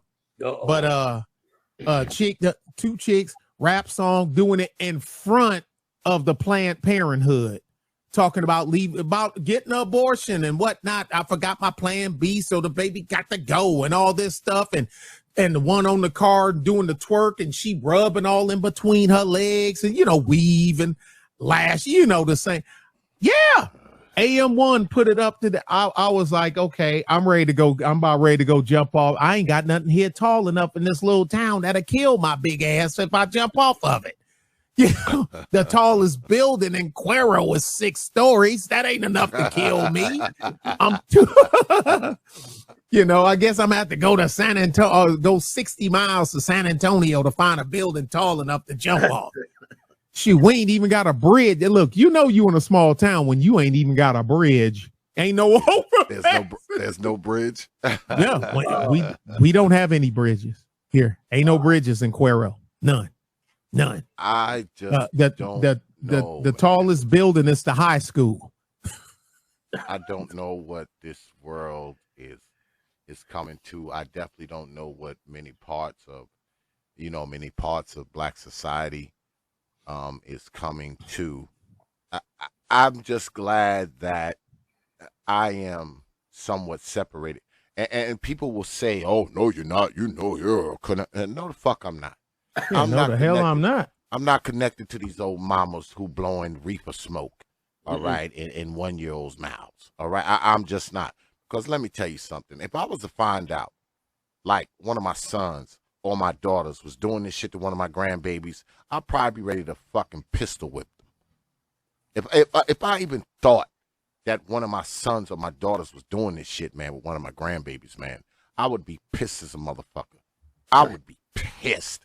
If I was to walk in and see one of them doing this to one of my grandchildren, oh my goodness, man. I'm going to jail. Look in the private chat. I put it in there.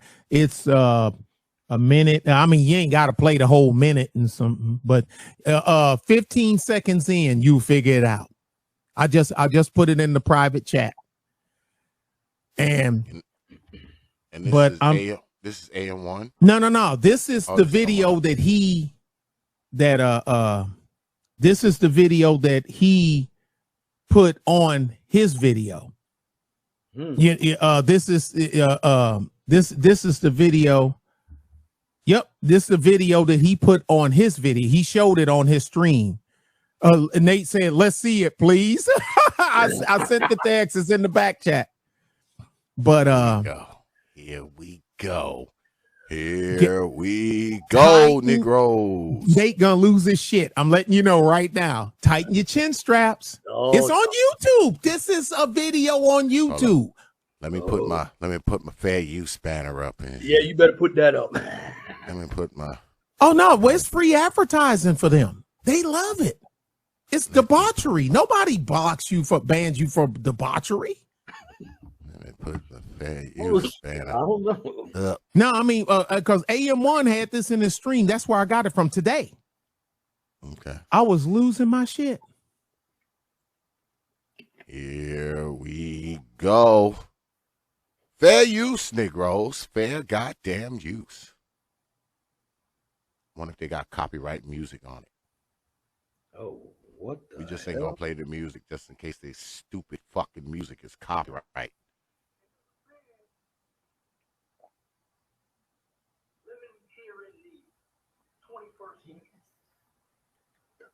See the Planned Parenthood. This is at the Planned Parenthood clinic.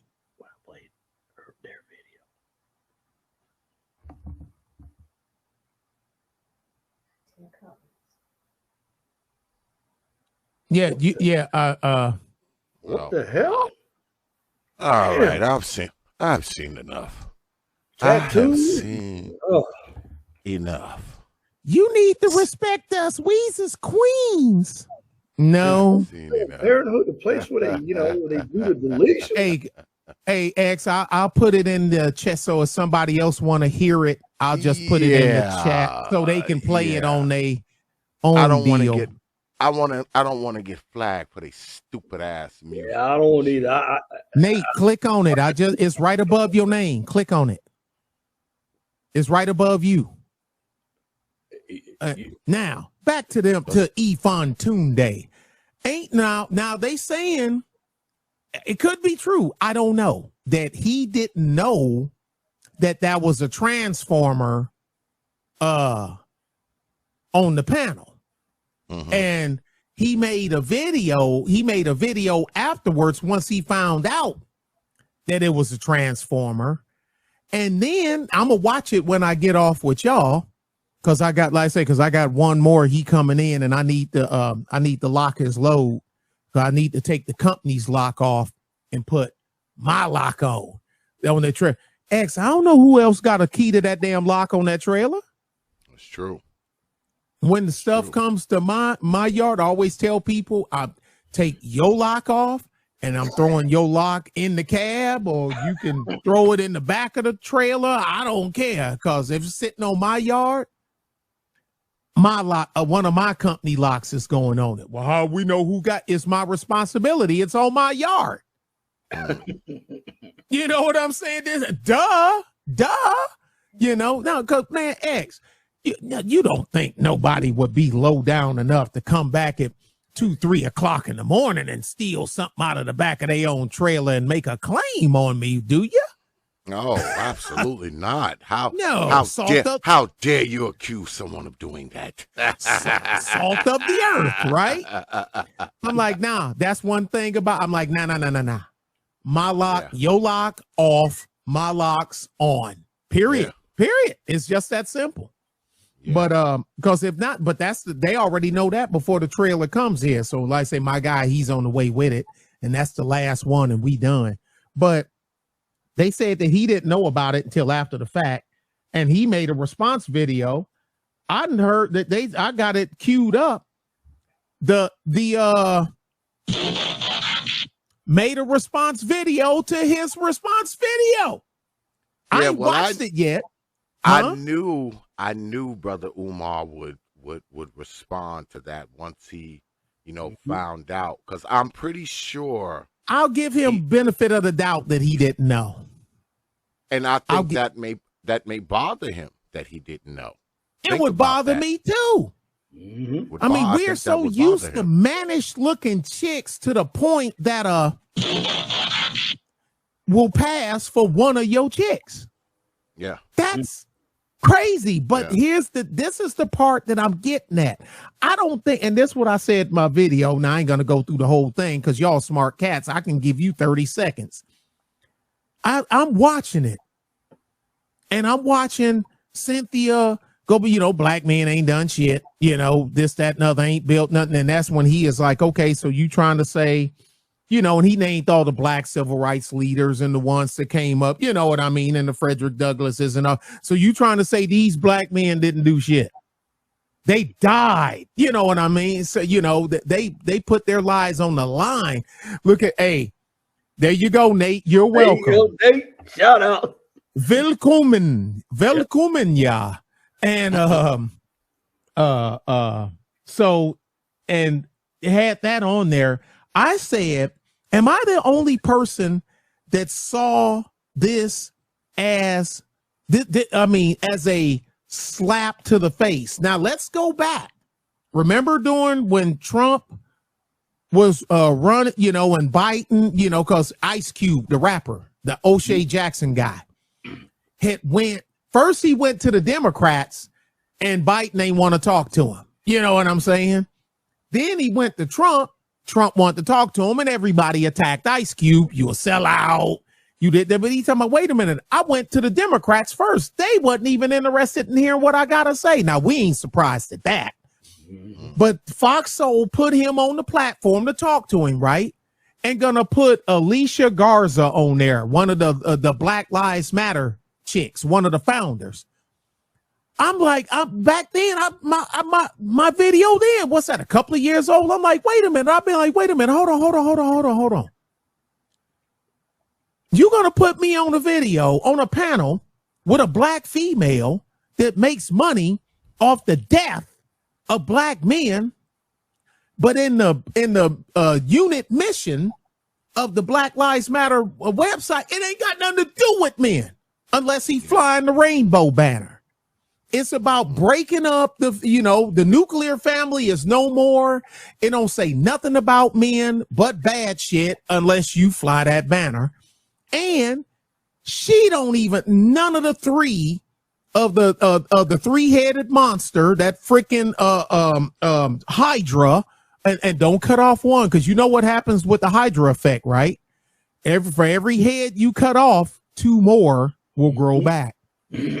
So let them 3 heads just die out naturally. Don't cut one off.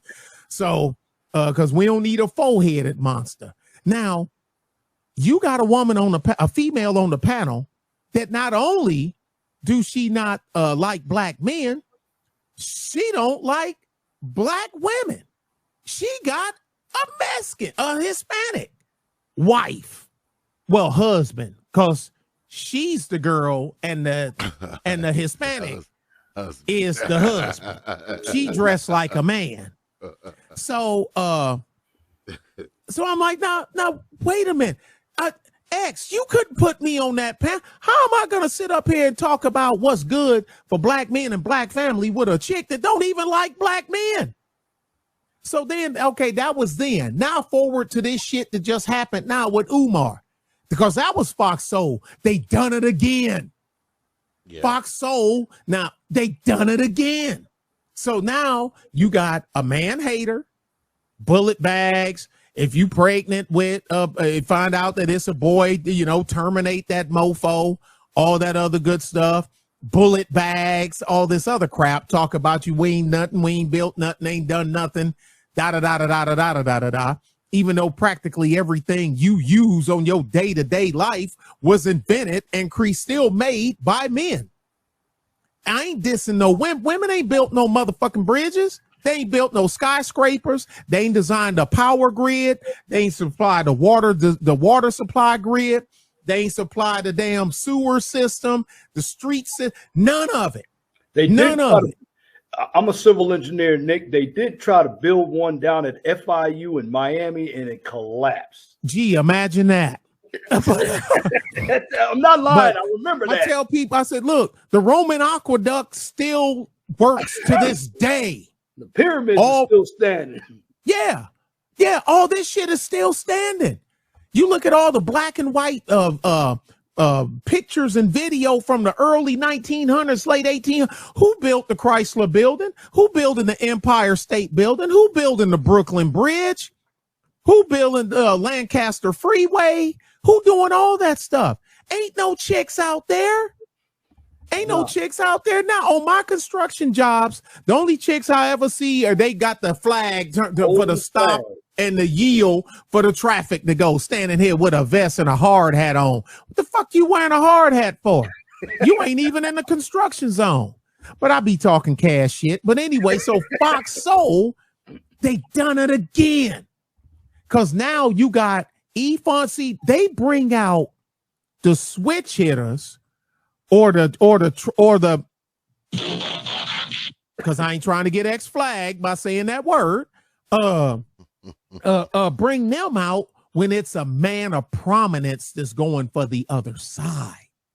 Yeah. They don't want, so they brought them to just to cancel him. Okay. So he still said his piece, but he didn't know, because I'm quite sure if he knew that was his demeanor probably would have been different.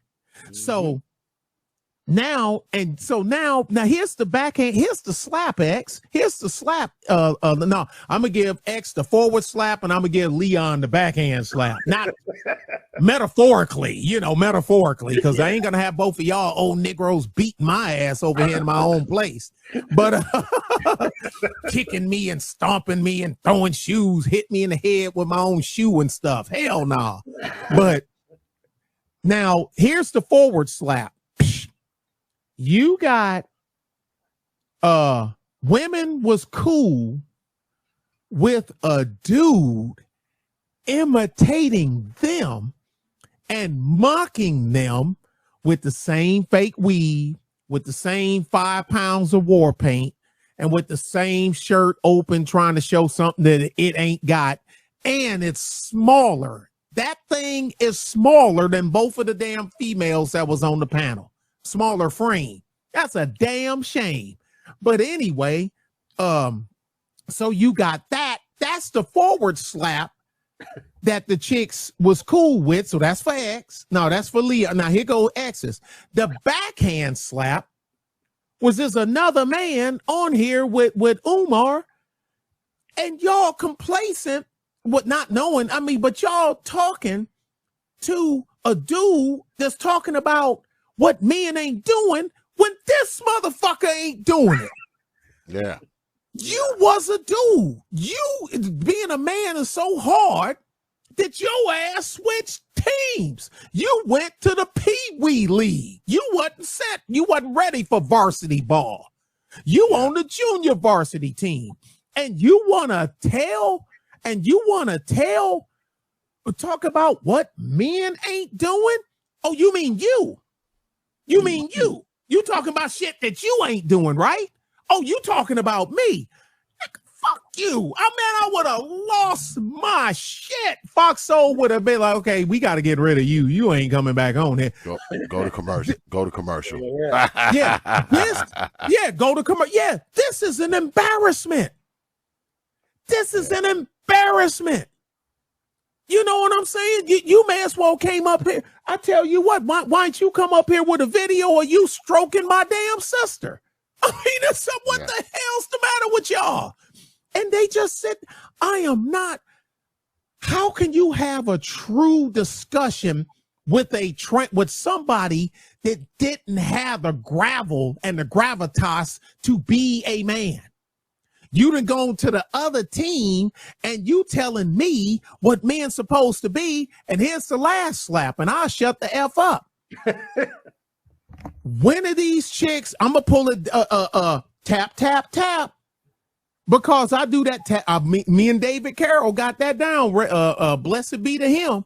Tap, tap, tap. She talking about you too, Negro. But I say the tap, tap, tap. Hey, to the chicks on the panel, yeah. Shit, that. He talking about y'all too. He figured that he beat his gums on what y'all should be having. Y'all natural born women. Y'all came out the womb with the girl parts. He didn't. And he up here clowning men on y'all behalf. The chick should have been like, hold on, wait a minute, wait. That's like, okay, Leon will let his brother say something, call him a name that I can't call him, right? Because y'all blood. The cup, you know what I'm saying? Blood is thicker than water. Yeah. Because it's things my old lady or my sister or one of my kids, they can say to me that can't nobody else say.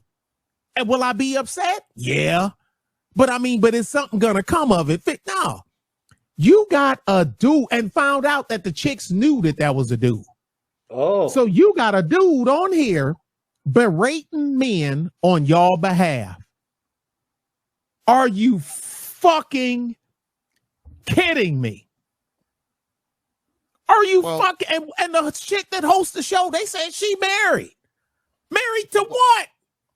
Well, they are aligned. Many of these women, man, in Black society are aligned with the whole LGBT freaking. They are.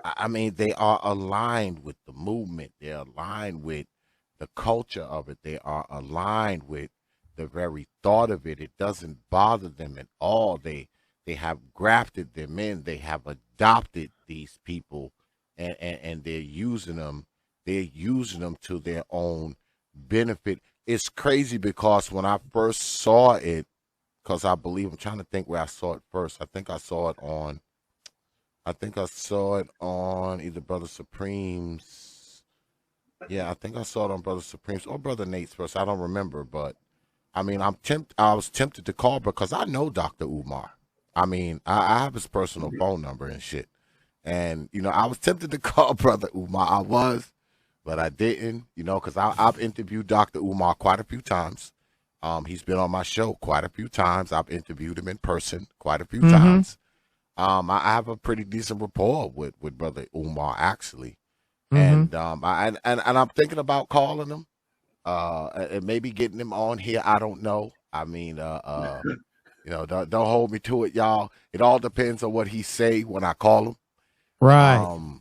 But I'm probably going to get him on here before the year's out anyway, because it's been a while since he's been on here. So I'm going to get him on here and, maybe talk about it, maybe discuss it a little bit, man, because he probably going to, because when I get Brother Umar on my show, we always talk on the phone first. And he's like, oh, man, Black man, what you want to talk about?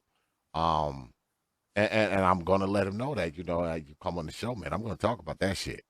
So. Oh, of course. If you expect me not to talk about that shit, we got to discuss that shit. All right. We got to go ahead and just get that out the way at the top of the stream. Then we can talk about other shit. But we need to go ahead and get that out the way.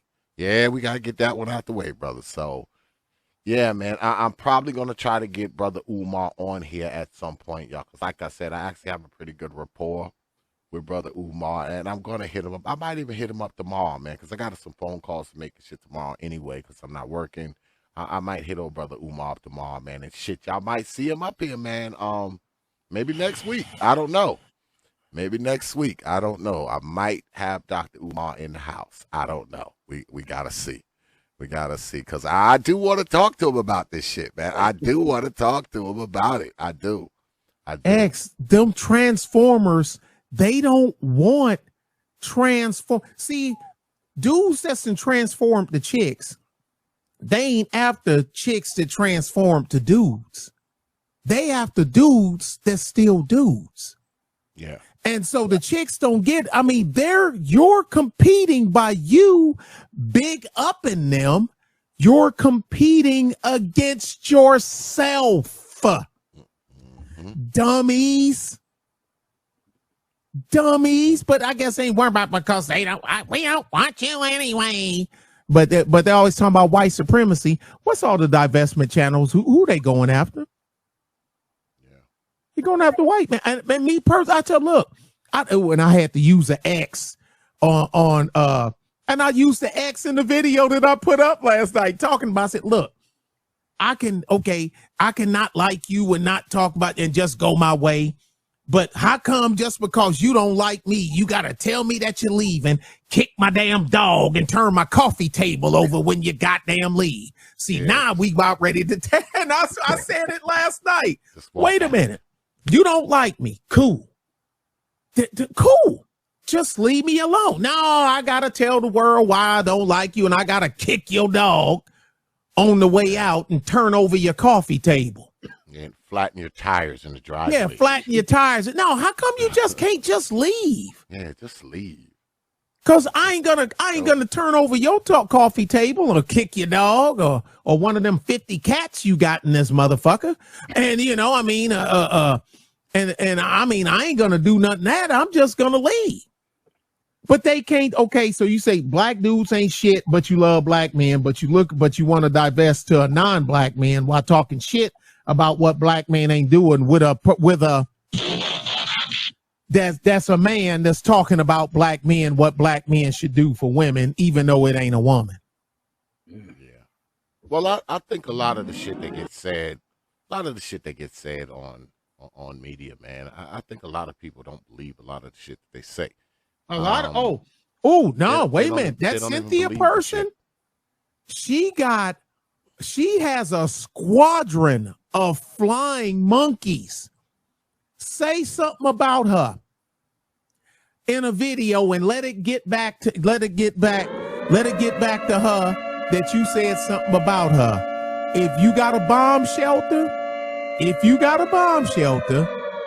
a nice brick, strong rock structure, I suggest you go get in it. Cause the flying monkeys, they're coming and they're going to light your channel up. I mean, I literally spent a whole day, me and Carrie, getting rid of her bots. They will come after you. She got all them subs she got for a reason. They believe in her. They will come at now. Me, I don't give a shit. But I mean, but because the thing is with me, I'm always outnumbered, but I ain't never outgunned. Never. And they will come, dude. They all in your chat and you this and you with that. They just come. All you got to do is say the magic word, and here they come. She got a squadron of flying monkeys. Mm. Yes. And they come. I don't really know what these folks do down there. I don't watch her stuff, though. Yeah, I don't watch her stuff. I didn't know who she was until I was on the Sunday Rumble. And she was on with O'Shea. It was me and Sly ABL, Sly ABL, Dean Cole. I think her name is Nyla. Nyla says something like that. As his wife. Yes, but I didn't know that was, I didn't even know they knew each other, to go show you how much I don't know about this spear. I don't fuck with this shit. Well, and Cynthia, and that Cynthia lady, that was the first time I'd ever seen her in my life. Well, I said, because I don't mess with them. C came from Dr. Boyce Watkins, her and Mishi X. Boyce Watkins. Yeah. You can stop right there. Shit, that's all I needed to fucking know. Jeez Louise. Hey, we've been out here a long time on YouTube, and I've been on YouTube. I just ain't been in the Negro sector, if you will. I was out there prepping, water filtration, cabins, food storage, guns, safety, perimeter defense. That's one of them. I'm one of them prepper dudes. That's all. That's what my stuff was. Yeah. But that was that was my first time meeting her. I'm like, who is this? I didn't know I was gonna be on a panel with some ladies. And boy, it took nothing flat for that shit to go straight in the toilet. And I'm like, oh shit, this is a free fire zone. Why didn't you say so? Shit, let's set this shit off. X, look, X, them people is crazy. And then the Taz got, because I got into it with him over there. Then he come over here on X thing. I come over, I was like, man, let me go see what's happening. Go in over here. And because I heard MOT, because I knew you had MOT was coming up. And I'm like, oh, cool. Because, me and him done trucking streams together. Oh. Okay. And I said, oh, well, let me go see what's happening on. And that's when Leon X would set you up, because he'd have his celebrity timekeeper. You never knew who it was going to be until the show came up. You talking about the debate league. Yeah, debate league. Yeah. And he had somebody was going up against MOT. I don't remember who it was going up against. Then X talking about, and now to bring in my the celebrity timekeeper, and and X put him on, and it was Taz, and I was like, oh no. And MOT, he fell out laughing. He said, X, are you kidding me? He said, I know I'm gonna lose this one. Yeah, man. No, my nigga, I'm just running the clock. A lot of people was my celebrity timekeeper, boy. Some of your favorite YouTubers used to be a celebrity timekeeper over there. Because I was sure would have fucking done it. Shoot, I had LAR one time as a celebrity timekeeper. Yep. I used to have a different time. See, Brother Taylor, they forget, man, that X had the league, man. They forget about this here. Brother Taylor, they forget about this here. Oh, I remember X when you had Princella and Angry Man on there. I remember. Oh, that's an old. Oh, yeah, I remember that. Well, what they don't know, Brother Leon, is that I used to do debates before the league. Before the league, like back in 2015, 2016. Yeah, when you and I were on here, I remember. Yeah. I used to do debates, and one of the biggest debates I had was Princella Clark versus the Angry Man. Man, I remember that one. Yeah, Valdez. Yeah. You got a super chat. You got a super chat. Yeah. Oh shit, I ain't paying attention. Yeah, man. I mean, I've been doing debates on this channel for a long time, man. Debates are old news. Boy. Oh yeah, old news. But shout out to Brother Royston with the $5 super chat. He said, haunt your mama in her dreams. Salute. I appreciate that. Brother Royston, that $5 super chat. You drop coins on this platform, you get this.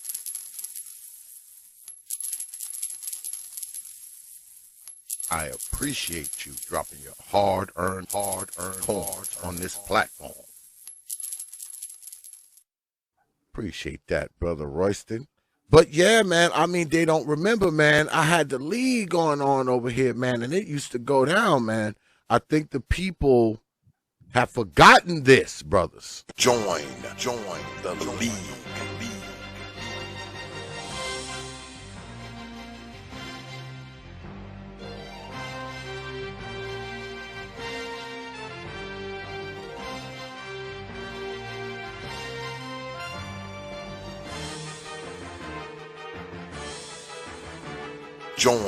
Join the league.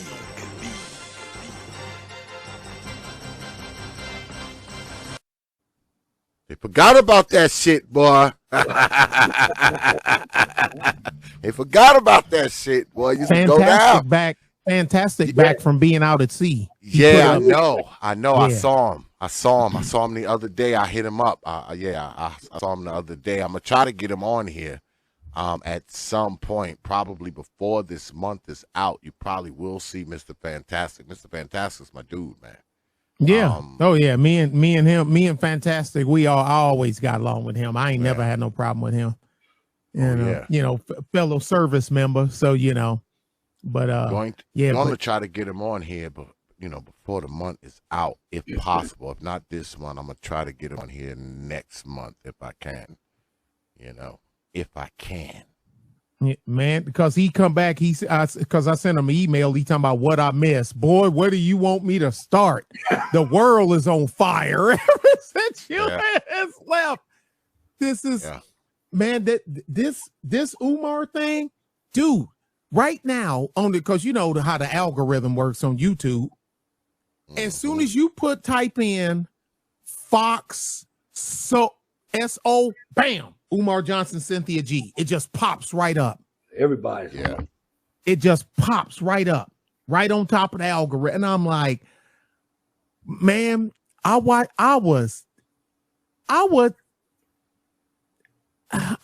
this and I'm like, am I the only person that's seeing this? You know what I mean? I can't be the only motherfucker that's seeing this. Or a lot of other people seeing it and they scared to say something because they scared of getting canceled. You can't fucking cancel me. I got a life. You know what the hell? I got shit to do. Hell, I got a life. You can't cancel me. Hell. Yeah. You can't cancel me. You shit. You can't cancel me. You can't. I mean, you can try. I mean, good luck. But I mean, unless you can come here, and I want to show you something, but I want to make sure it ain't showing. No, I can't. No, yeah, you can't see my. Yeah, you can't. All right, because I just got my insurance renewal today. So let me blow it up to where you can't see my other stuff. Well, the insurance lady sent it to me. Can you see that? Oh yeah, I can see that. The hell? I mean, how you gonna cancel me unless you you got $65,915 for insurance with a down payment of $18,005. You can't cancel me. Yeah, you can't. You can try. I cannot be harmed. Yeah, you can try, but you can't. Yeah, I cannot be harmed. Now, if you want to, if you want to pay this, give me your mailing address. I'll mail that some bitch right over to you. Yeah, I'll send you the bill. The bill. X, I'm like, how did we get here? I don't know. How did we get here, Leon? These dudes don't want the chick, but I get it because manly chick and this femininity shit, and then this, that, and other. And I'm like, wait a minute, because I had to get a chick she got in my comment section. Well, some women, we could turn femininity on and off. It depends on if a man need it. I call bullshit because I'm a man. I can't turn my masculinity off. Can you turn yours off, Leon? I can't, but a lot of what I see is delusion, because I did a video on a woman. She was asking for the world. You need to check Kendra G's videos out. She's trying to be the next KS now. Yeah, the girl that she used to do radio. No, she does. She does. Look. She still does radio. I live near the Chicago area. She works on WGCI with Leon Roberts and another guy. Zach is in the evening. She works at a hip hop radio station in Chicago, 107.5 WGCI. She went to Hampton University. She's originally from Connecticut.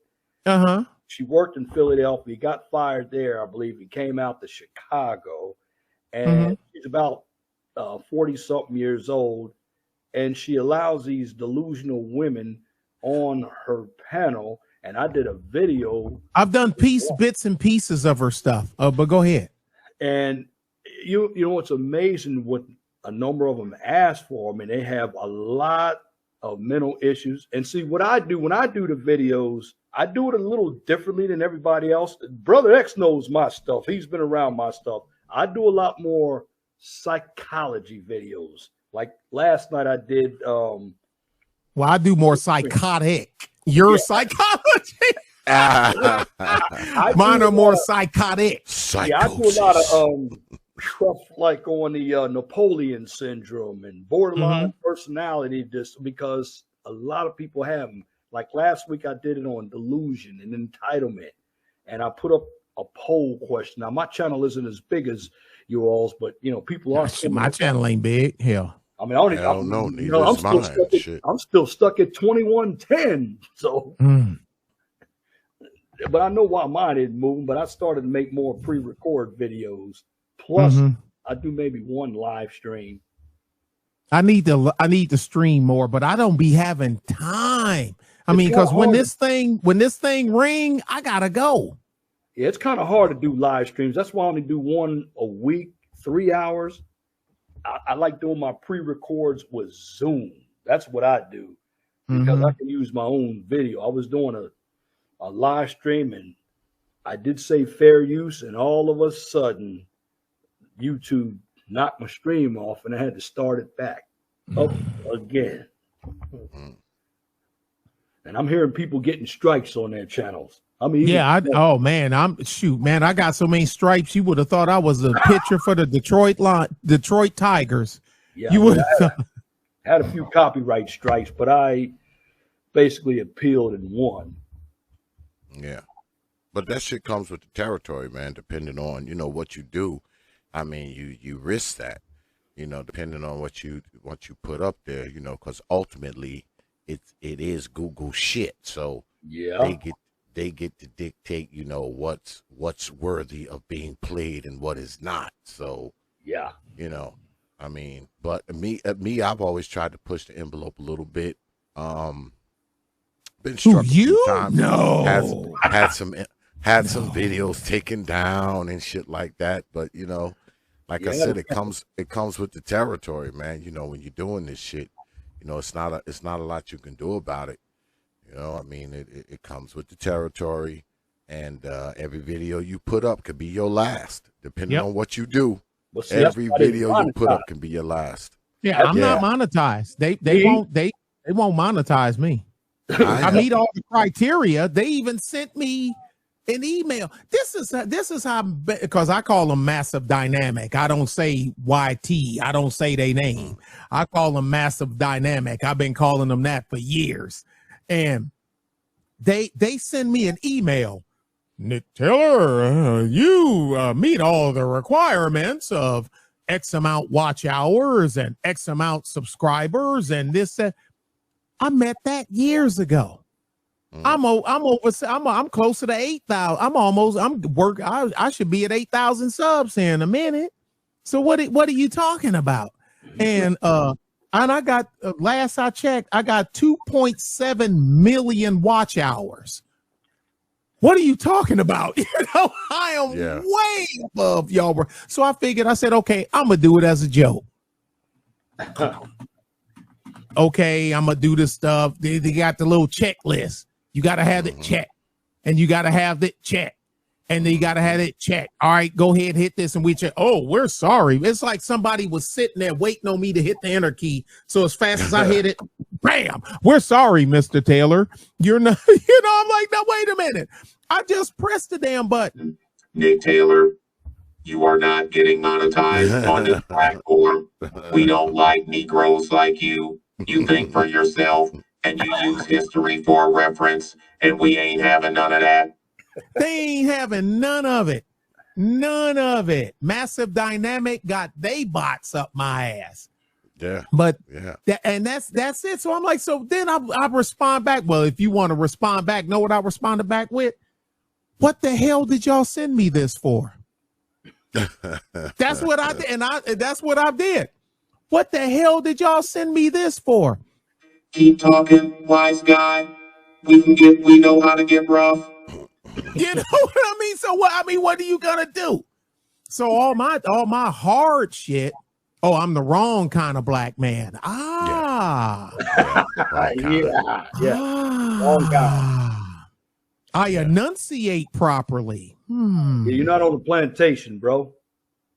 Oh, you mean I ain't going? How you doing, Nick? Yells and balls, yells. You probably don't come from the left, the Democratic Party. Shout out to Brother Nate on that. I've never been a Democrat in my life, ever, ever. The closest I've been to being the closest I've been to a Democrat. Riding the bus sitting next to my sister in Detroit. That's the closest thing to a Democrat. I don't want nothing to do with no damn Democrat Party. No, man, they retarded. He said, dude, I'm not trying. I ain't trying to kill you, bruh. Brother Taylor is just naturally. He's just naturally funny. He don't even got to try. He's just naturally funny. I ain't trying to be funny. This is just the way. This is just. I'm animated like that. Y'all ain't seeing shit. You should talk to him on the phone. Y'all ain't seeing shit. Oh my God. X, dig this. This happened today. I meant to call you today. I actually heard Nick on Reg the Bad Guy's show one time. You used to go on his show. Yeah, I did until them. But then when what happened? No, me and Reg is fine. It's just some of the people that was around, and I'm like, nah. Nah. How you doing? Yes. But no. Yeah. But no. I remember. Yeah, because me and Reg is cool. Me and Reg, I've always been cool with Reg. Yeah. I'm cool with Reg too. I don't have a problem, brother. Reg. But the other AJ is pretty good from Chicago. There's a guy named AJ. He has. Oh yeah, brother AJ. That's my dude. And Red. AJC oh, yeah, and that's Red. my dude right there. Yeah. No, man, I ain't got no problem with AJ. And I ain't. But man, some other people. I mean, I'm like, wait a minute, dude. And then when you here's the thing. They ask you for something. They dispute something you say, ask you for it. Well, you need to show it to them. And then I give it to them, sit it in their lap so they can read it. Instead of them reading it, they just knock it out of their lap on the floor. Well, fuck you a coon. Well, I know one of them. Who all right, I'll be like, I'll holler at y'all later. Bye. I know one of them who was on Reg's show when Nate produced something to him. And he went to New York University. He brags about it all the time, and I think that his name was Patriarch. He said you got in there through affirmative action. I heard that part. We're talking about AC. I don't know the guy. He's an Army vet just like you are.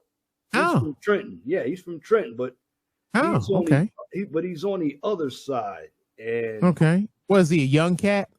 He's in his 40s. He's younger than we are. He's younger than we are. Okay. Yeah, he's late Gen X. What he's got you. He's got that hood mindset. Oh, okay. Well, I tell people I'm from the hood. The hood ain't from me. You know what I'm saying? Just because I was born and reared on Detroit's west side don't mean I gotta represent the west side everywhere I go. That's how you get your ass shot. Yeah. And I ain't trying to get shot. But some of those guys, when you tell them something, they get very emotional. That's why I don't go on there. Yeah, I can't. Nah, I can't deal with that. Once you get a certain age, it's time for you to stop representing any fucking. I represent. I represent my clan, the Andrews Taylor clan. That's who I represent. There it is. The Andrew Taylor clan. That's who I represent. You don't have anything to prove once you get in our age. I mean, heck, I'm almost 3 years from now. I'll be 60. I'll be 58 in January 2nd, so that's coming up. And hey, I still exercise every day. Yeah, man.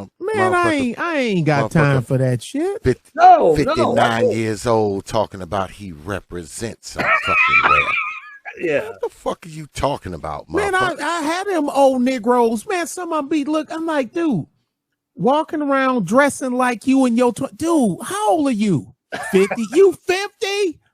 Dude, turn look, if you ain't a plumber about ready to duck your head under a sink, or welder like how I be welding, or an or a catcher for a baseball team, turn your goddamn hat around. What is wrong with you? Yeah, you got like that. I don't do the weak stuff, the hang. It's called, there's a phrase called for it. It's called arrested development. And the African American Negro is stuck in arrested and a lot of these a lot of the African American females. I ain't no African American. I'm American. That's all. I ain't from. I ain't got. They are stuck in immaturity. Arrested development, Peter Pan syndrome. They're stuck.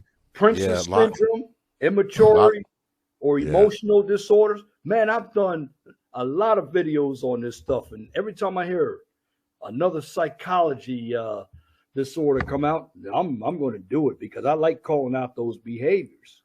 Yeah, I'm like, man, you think I'm gonna sit here and debate with somebody? Like, say, I got $5,000 a month insurance payments, got 20-some odd thousand on truck payments, land payment, this, that, and other. That. I ain't got no money. I tell people, oh, you got money. No, the fuck I don't. I pay money out. What's left? I'm like, how am I supposed to live off of this shit? I don't even see it. I don't even see it. I ain't got no money. Everybody else got money off of me. I said, but I got that shit going on. You think I'm gonna sit here and debate with some Negro that got 2 kids by 2 different chicks? You done been to jail for child support, and you living at your mama house. Yeah, are you fucking kidding me? Living in grandma's fucking cellar, next to the boiler. Yeah, living next to the fucking boiler. 40 years old living at home. Motherfucker telling you about manhood and shit. This motherfucker 39 living in the basement. Like, motherfucker, shut up and come out of that basement. There was one person we talked about. He was on Mandy's show, Good Mother Show. I think his name was Lawrence. He was 40 years old, still living at home with his mama. I'm like, come on, man. Come on. I know a guy personally that him and his mom, he moved in, but she's handicapped. His mom's in a wheelchair. Dad died, heart attack. Mom in a wheelchair, and he is like, nah. You know what I'm saying? He like, nah. Yeah, well, it's different. And I give him, but that's different because I could see I can't leave my mama. If you 40 and mom, because my daddy died, so my mom on her own. You know, it's different when you're 40 and mom lives with you. But if you're 40 and you live with her, those are 2 different situations. Yeah, because his sister didn't want to take care of mom. So she was like, we just going to put her in a home. And he was like, no, the F we ain't.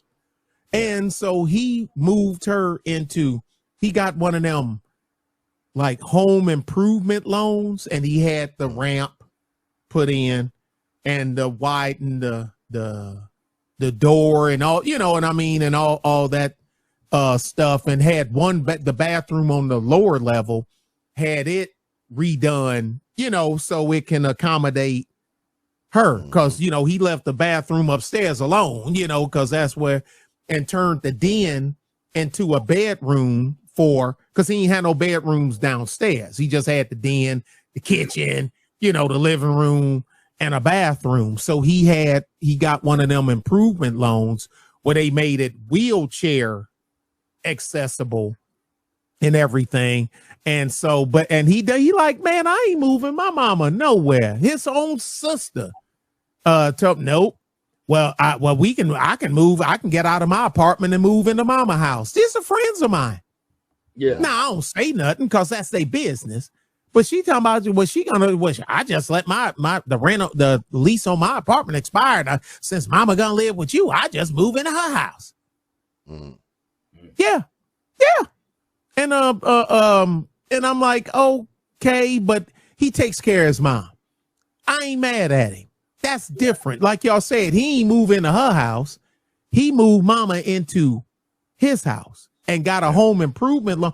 I didn't know that when you do that, X and Leon, there's certain breaks that they give you for doing for improvement for handicap accessibility. That's probably what Reg is doing. Reg the Bad, that's probably what he gets. Yeah, I had no idea. So like this loan, like this stuff, I'm gonna pull a number out of the sky. This is $20,000 worth of work. I ain't saying that. I'm just pulling out a number. But being that he was doing it for his mom and she's disabled and what do you call it? Social Security and Blue Cross, and that, you know, she's legit. She's legit wheelchair bound, and so he didn't have to pay because it was like this fund paid $4,000 of it, and this fund paid $2,000 of it, and this person they donated $3,000, and he just had to pay the balance, you know. And I'm like, I didn't know that shit. And he gets via service for them, the van that do the wheelchair, you know, where they can take her places and whatnot. They got the ramp and the, you know, it looked like a Dodge Caravan, but the ass is jacked up like it got air shocks on it or something. And medical transport. Yeah, he got all that stuff. But he taking care of his. I ain't mad at him. No, I ain't mad at him. Different deal right there.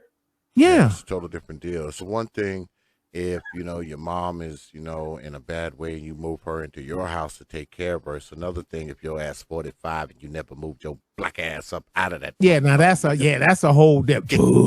Get your ass out of there, you motherfucker, and give your mama her goddamn house back while you laying down in your fucking in the basement on your ass waiting for her to die.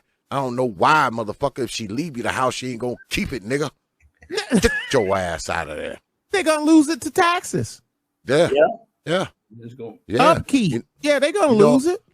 Brother Taylor, you know how many stories I know about people who live in a house, right? Their grandmother, their grandfather, their mother, their father, house totally paid for. Mm-hmm.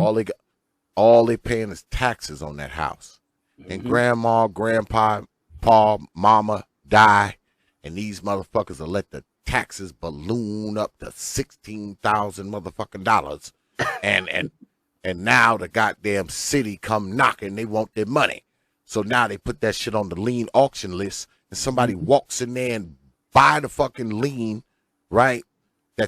Buy the lien on a house that your people sweat and bled for. And somebody scoops the fucking house out from under you for a fraction of how much that fucking house is worth. Because see here, I don't know about anywhere else, but if somebody goes and purchases your tax lien, you got 90 fucking days to pay that shit back with interest. Wow. If you do not, they can go about the procedure of taking the fucking house from you. I have seen $200,000, $300,000 fucking houses, man, get scooped out from under motherfuckers for like $15,000, $20,000 fucking. And these be houses that's paid for, totally paid off. And these motherfuckers lived in the house and let them taxes balloon up. And a motherfucker come in and scoop the goddamn house out from under them. Now, mind you, this is the kicker here. You done let the taxes balloon up to $15,000, but you got an old raggedy car in the fucking driveway with $5,000 worth of chrome on that motherfucker. I mean,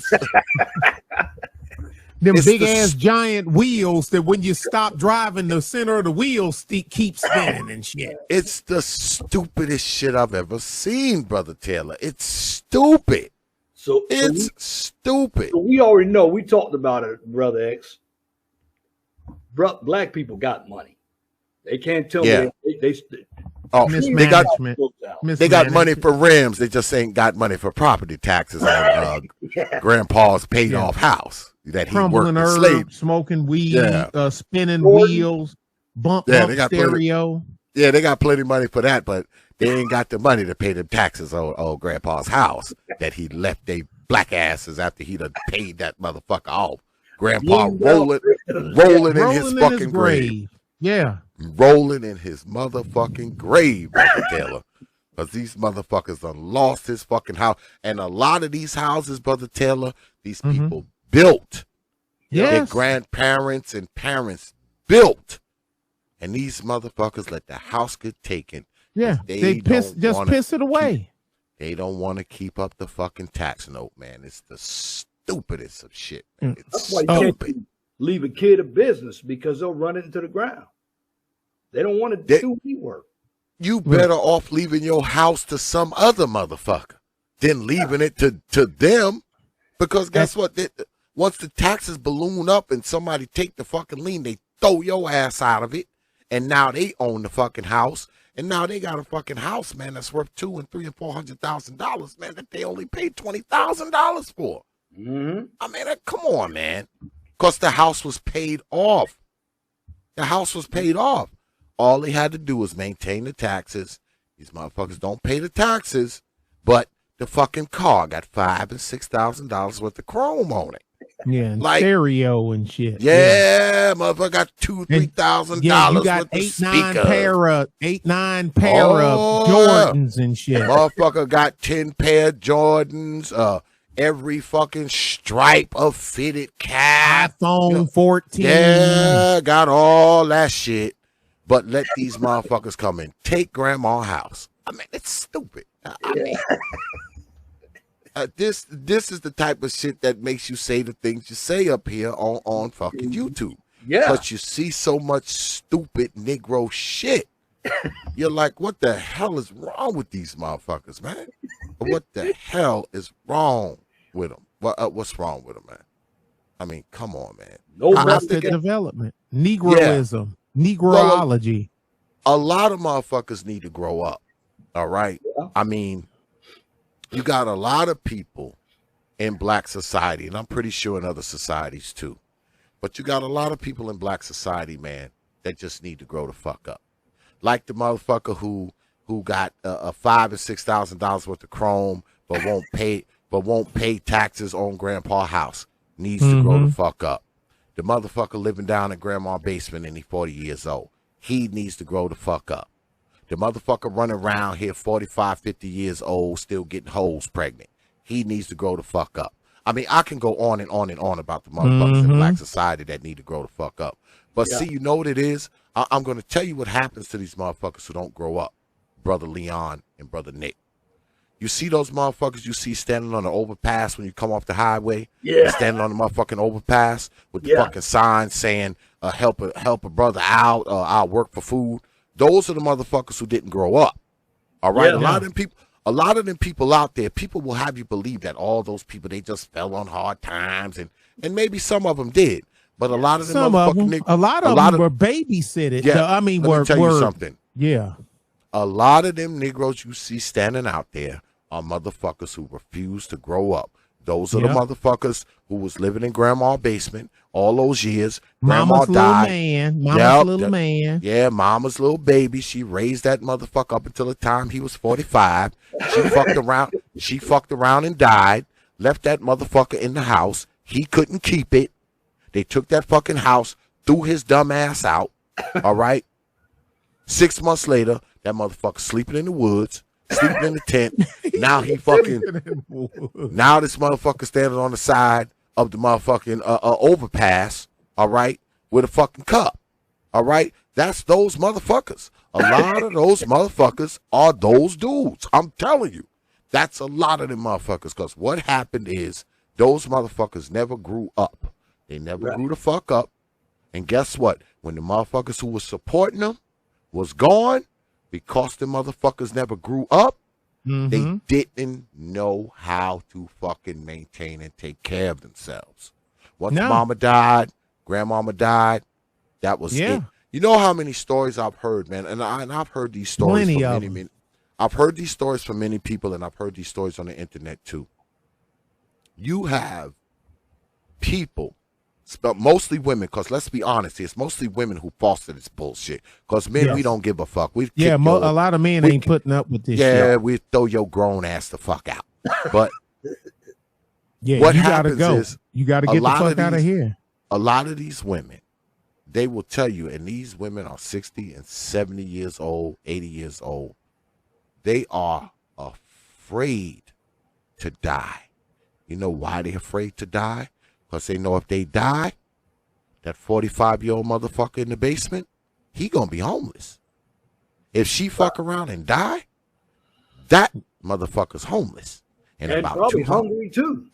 In about it'll all take place, Brother Taylor, in about 210 days. Okay? 210 days, that motherfucker will be hungry, cold, and homeless. Hungry because this motherfucker ain't gonna know how to feed himself. Cold because the motherfucking power company is coming to cut his shit off. All right? Homeless because eventually they're gonna throw him out that motherfucking house. The only way he gonna have, you gotta get up out of here. Oh yeah, the only way he gonna have any recourse is if Mama owns it. If Mama rents it, he's finished. Because after about 4, 5, 6 months, that motherfucker's out of there. All right, told you 210 days, hungry, cold, homeless, in that order. That order. You know why? Because the motherfuckers don't know how to maintain. Because if they did, guess what? They wouldn't be living in grandma's cellar. Wouldn't be there. Man, I'm looking at, I got to tell y'all something before I get it, because I'm looking at GPS. Yeah, so I'm seeing, okay, so I can go ahead and get that last one, then I can get my ass out of here. Duty calls. Yes, sir. Well, listen to this. This was today. One of the early calls today, because I answer the phone until Ricky or one of them get in and answer the phone and whatnot. But I got to tell you this. And plus, one of my big wreckers is in the shop, got a hydraulic leak, been in there for almost 2 weeks, and they just called me today giving me an estimate. And I'm like, man, if my truck hadn't been there so damn long already, and I even told him, dude, I am losing my ass on this damn truck, man, that y'all sit. Oh, well, we are there. Shut the fuck up, man. Fix my truck. Yeah, that motherfucker ain't making no money in the shop. Yeah. And I said, man, it ain't one of the big boom cylinders. The cylinder that's leaking out of the seal. My arm is my thigh is big around in that cylinder, and it's about this long. And I'm like, look,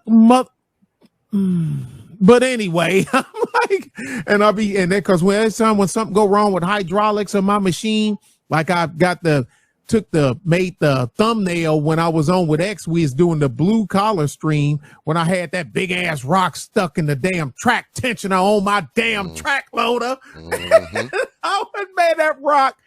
X, it took me an hour to get that rock out of there. I don't know how it got wedged in there that damn tight. I had to break it up. I literally had to bust it, with shit and hammer and sledgehammer to bust it up in pieces to get it out from under my damn track tensioner. But while everybody else looking, you okay, boss? Man, you get the fuck out of my face. But lady called this month. I answered the phone, waiting on them because I answered the phone. Lady called, talking about she need her car towed. I'm broke down. I'm about 3 miles north of you. I'm about 3-4 miles north of y'all, and I need my car towed, and it's broke down, and it's a little smart car, and it's broke down, and I don't want it no more. And somebody told me that I can call a towing company and y'all would take it and keep it and sell it or something like that. I was like, what the hell I want a damn dumb car for?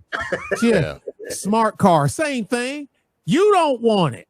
She said, I got the title. I mean, I can bring you the title and everything. It's broke down sitting on the side of the highway. I said, man, we don't do salvage work. Yeah. That's not what we do. We're a towing company, not a junkyard. You don't haul cars anyway, do you? You don't haul cars. I got two just for the police department, when they arrest people, DWI, doing stuff like that. But I ain't gonna go pick up. I ain't gonna go out here. I own a tow company, Sage Highwayman. I own heavy duty specialized transport and heavy duty towing. Yeah, and, Nick tow big shit, man. I tow big shit. I 18-wheelers, cement mixers, dump trucks, cranes. That's the shit I do. And man, and she gonna now X, think about this. I'm I'm gonna call somebody. My car broke down, and I'm gonna give it away and tell them I give them the time. How do you get Cuero, Texas? How do you get that with DeWitt County, Texas? The closest town to me is Cuero. How do you get how do you get there? How do you get there? You know what I'm saying? Yeah. And well, somebody told me. Somebody told you a lie. Whoever told you that? Look here, lady. What? Call Pick and Pull. You call a salvage yard? Yeah, right. Pull apart. Yeah. Call pull apart. Because down here in Texas, Pick and Pull is larger than life. I mean, Pick and Pull is. Yeah, it's big here too. It's really big here. And I'm like, I'll be up in that motherfucker sometime. You know, I got a VIP card. I'll be up in that motherfucker sometime. Back in the day, I used to, when you could actually work on shit. Yeah. You know what I mean? But this shit now, you can't even fucking work on this shit. Put all that computer stuff in it. Yeah. Yeah. And the killer part, now me, I love computer because I'm like, look, people like, man, how the hell you know how to build computer and do all this shit?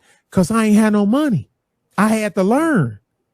Yeah. I had to learn. Now you can't tell me shit, because I know, but he said, I'm from his tribe. Yeah, I saw you I see your thumbnail. I said, well, this brother got on knee pads and kneeled down on a car like he gonna change. Oh, and I had a tire shop. I sold it. But Mexican trying to sell it back to me. No Indian giving. Nope. You want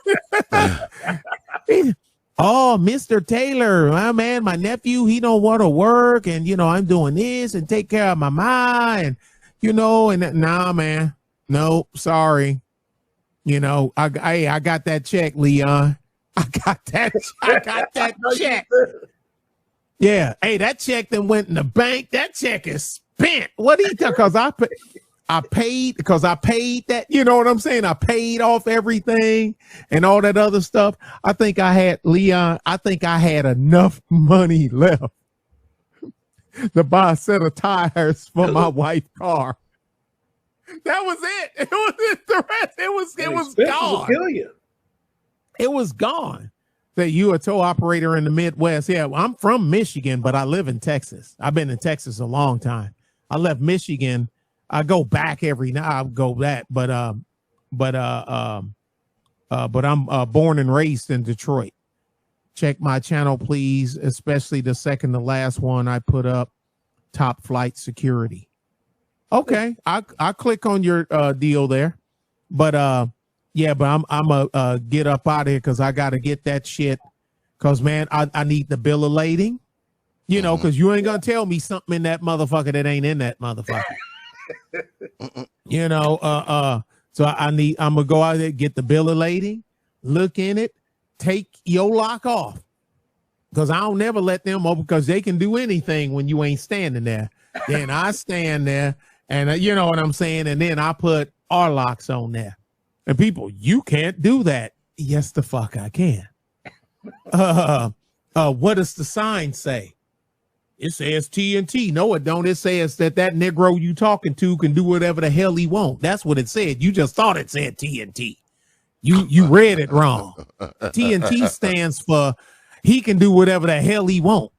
That's what it is. I mean, how you gonna tell me what you ain't gonna do when your shit in my yard? I mean, because look, they could have done a full motherfucking impound. They ain't have to, sheriff department ain't have to let you take nothing. You know what I'm saying? You gotta pull over a guy for lane changing and speeding. Suspended, revoked license. Driving a tractor trailer. Revoked license. Revoked. Insurance expired. The insurance on the truck was expired. The tractor didn't pass DOT. Tire depth, brake just slack adjusters, failed DOT inspection. So I had to send a tractor out there to get the trailer and a tow truck to get the tractor. You know what I'm saying? To tow it back. And that's where the people at the load, we'll come pick it. Somebody can come pick it up after they pay this damn impound bill. Well, how much is it? Look, man, ain't nobody doing that right now. We just picking the shit up now. Well, I need to know. Dude gonna say, well, I need some kind of idea. I said, okay, $20,000 and give it, and I'll send you your change. Or you can wait till tomorrow when the transportation sergeant comes in at 2:00. Or I can run your credit card for $10,000 right now. And you can pick that motherfucker, because I know it's going to be less than 10 grand. Hell, this ain't probably going to be nothing but about $3,500. But, but still, you know what I'm saying? But I just tell them that anyway. But, I guess I'll wait till tomorrow. That's what the fuck I thought. Get off my damn phone, man. The motherfuckers love trying to call and talk tough when you got they shit impounded. Yeah. You can't talk shit unless you're the person with the leverage. Yeah. And I said, dude, why you mad at me? I said, number one, that gringo with the hat and the silver star on his shirt and the pistol, driving that Chevy Tahoe black and white with the big ass red and blue flashing lights on top. Yeah, go talk that shit to him. Because everybody know you don't talk shit to Texas Highway Patrol. They don't play. Texas state troopers are legendary within the trucking crowd, because they know when you come through Texas, truck drive, you don't come through here with that bullshit. Texas state troopers are legendary. Legendary. Don't come in here with that shit. But I'm a go ahead, go. Man, I always like being up here with y'all too. I like being up here with y'all. I mean, don't be no stranger, Brother Taylor. I'm strange, but and plus, hell, I got damn doctor's appointment tomorrow. I got lab at 9 o'clock. I'm glad you came on, because me and you, we usually rap on Thursday anyway. So this could be but today our Thursday was rap. Today was rap crazy. Right. I mean, look, Brinks had a bad run today. We had 5 Brinks trucks break down in 3 different counties during the day. They just catching. You can always tell when I don't have a trucking channel or towing channel. My channel is politics and whatnot. I had one of them back in the day. I let it go. But my channel, you can click on the little 3 dots next to me and whatnot, and you can and it says that, what does it say, X, go to channel or something like that? Click on the dots, because I gotta, because I be messing up my damn own channel name. I be trying to, okay, Roscoe got it, thank you, because I be fucking up my own shit, but ain't worth a shit. But I was just too damn, man. We ran hard today, and put up wet. But I'll catch y'all on the next go round. And like I said, you can check out my Umar Johnson thing. Like I said, because on my channel, it's just a couple of minutes, but it's the link going over to On the Wake Up Radio. No, you got it, bruh. Thank you. Appreciate you. Yeah, and, man, y'all go down there and check my brother out, man. Brother Nick Taylor, man. He be doing some good shit down there, and every now and then you might catch your ex down there talking shit. Because we got to do our thing. X in the sky. When he puts the X in the sky, I appear. Hey, I'm waiting. No, hey, you better be glad the bot don't come over there and get us. No, X, we ain't having none of you either. You're over here with Nick Taylor, and that's the 1, 2 of y'all is one too many. You need to go back to your channel. You will be disseminated. Man. Man, the machine ain't ready for 2 of us. Yeah, it ain't ready, man. But like I said, man, I always appreciate you coming through. You, my brother, man. I guess I rap with you next week, man, if I don't talk to you no more. Yes, sir. Yeah, I'll give you a holler, and be safe, Leon. Give them hell. Hey, you be safe too, bro. All right, brother. Yeah, because I'm looking at the thing and I'm like, he about time we ought to get there about the same time where he at now. We ought to get there about the same time. All right, y'all. Y'all be good and be safe. My brother, Peace. Brother Taylor. Yeah, man, Brother Nick Taylor, man. That's my dude, man. I mean, me and Nick get on the phone, man, and y'all think he funny on here. Y'all ain't see shit, man. You gotta talk to Nick on the phone, man. I mean, the whole time. I'm laughing the whole motherfucking time, boy, when we talk on the phone. Yeah, Nick is funny, man. He is incredibly funny without even fucking trying. But shout out to Brother Sage Highwayman with the 499. He said, what is the chat opinion on mandatory selective service, military discipline at a young age for young men? I think it's a damn good idea. Shit, bring back the draft. I wouldn't give a shit. But bring it back. Bring the draft back. I wouldn't give a shit. But I appreciate that, Brother Sage, that 499. You know, when you drop coins on this platform, you get this.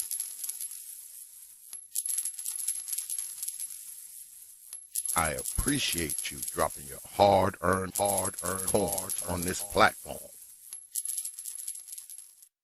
Appreciate that, Brother Sage. I mean, we're going to rock out for a little longer, but I guess we'll probably go to like 12:30 or so. Okay. Yeah, we'll go to like 12:30. I don't know how much time you got, Brother Leon, but we can probably go for like I can another half hour. I can rock out for about 10 more minutes because I got to get up. Okay. It's 12:08 here. Okay. I got to get up to work tomorrow. And, you know. Well, if you want to come through, you Negroes know what to do. The email is prophetofthought@yahoo.com. That's prophetofthought, one word, no caps, at yahoo.com. But you got to be an old Negro. If you ain't an old Negro, don't come up here. Only old Negroes tonight. No young Negroes. You got to be at least a Gen X if you want to come up here tonight. You little young whippersnappers, stay your ass off of here. Only old Negroes on the stream tonight. This is an old Negroes only stream. If you ain't one of the old Negroes, stay your ass off of here.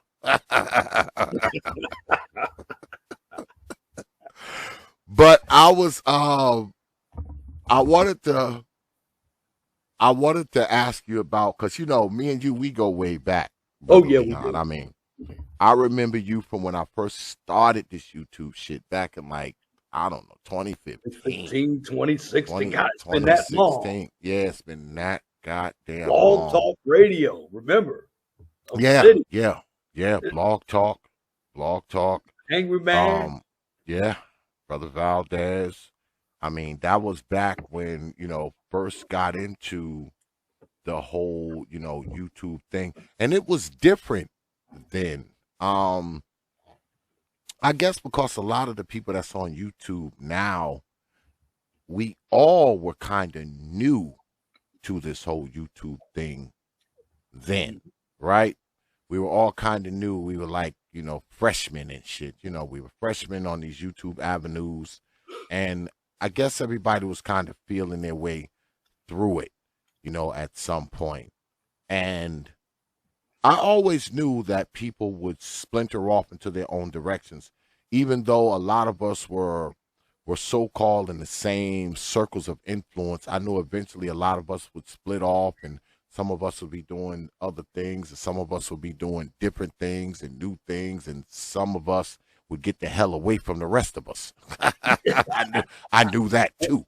Well, so I'm not surprised with a lot of the stuff that I'm seeing, you know, 6 years down the road, 7 years down the road. I'm not surprised at all.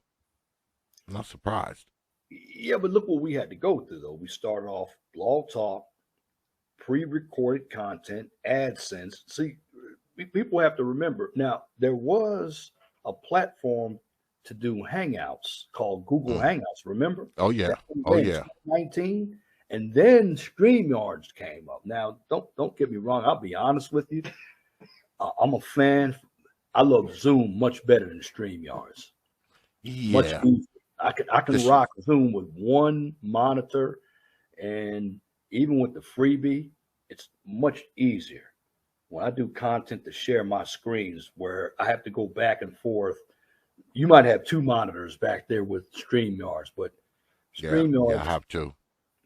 Yeah, StreamYards can be a little complicated sometimes. I mean, but Zoom, if I could just do it with Zoom, that is a fantastic way to do live streams, in my humble opinion.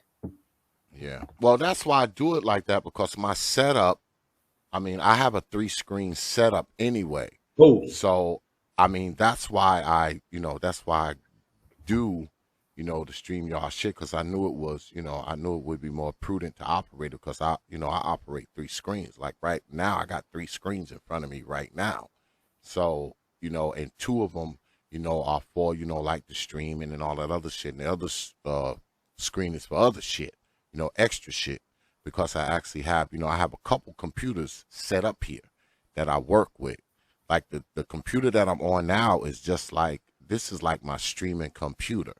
I don't do too much more with this computer except stream and shit. When I'm making videos and shit like that, I do that with my other computer. I try to keep this computer as clean as possible. The only thing I have hooked to this computer is, I have like, like my mix board and mics and shit like that hooked to it. But I have an external hard drive that's hooked to it. And I store all the shit in there so I don't have to keep it, in the computer per se.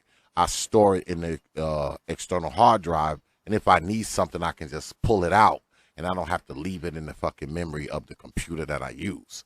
Actually, that's smart because if you get about a 2 terabit hard drive, it's much. That's what I got. That's what I have, 2 terabytes. And let's say if your videos get flagged, you still have them on that 2 terabit hard drive, because if you're going to stream on a computer, you need a good gaming computer. Now, what I'm doing with my streaming, my other computer, my desktop crashed. It was only 8 gigs. My computer that I have, I'm using a laptop. It's 16 gigabyte. It's actually a workstation because this is what I used to put computer-aided drafting files on. And when you do CAD files, the files are very, very big. So you need to have a lot of storage. If I could afford it, I would have at least 32 gigabytes. But yeah, that's what I got. I got a 32G graphics card, and I think I have a terabyte of memory on, because that's what I got. I got like a Dell workstation. I mean, the computer does all kinds of shit, but I try to keep it clean. I don't like to store a lot of shit in it, because I found out from my man, especially when you're streaming, he told me, he said, man, you need like at least 16X, because I used to stream with a fucking 8 gig. Can't do it with 8 computer. And he was like, X, what the hell are you doing? Like, the shit you be doing, you need like 16 at least. He said, because, because he said 3 of that, he said, when you stream, 3 of it gets allocated. He said 3 of it gets allocated. So, the rest of it, you operating, with a lot less gigs, because 3 of it gets allocated for your streaming, and then you got your graphics, and then you got your camera, and then you got another screen and all this kind of shit. He said, you need at least 16. So I went and I got a 32 the next time. And every computer I buy is going to have at least that or more now, because I like being able to operate. I can have a multitude of windows open. I can, do all kinds of shit. I can, have my other shit hooked up to it, do other things, render files and shit, while all this other shit is going on. So it makes sense. So I'm glad I listened to my man, Perfect Black from Chicago. Yeah, Perfect. Like, I've heard of him. Yeah, he knows. Yeah, my man. Yeah, my man, Perfect Black. He was like, X, man. He said, what are you doing? Because one day me and him was on the phone, and, I sent him the specs. You know how, because you can hook your computers together, if you, like, follow a link. And, I sent him the specs. He was like, X, what you doing with that shit? He's like, what are you doing?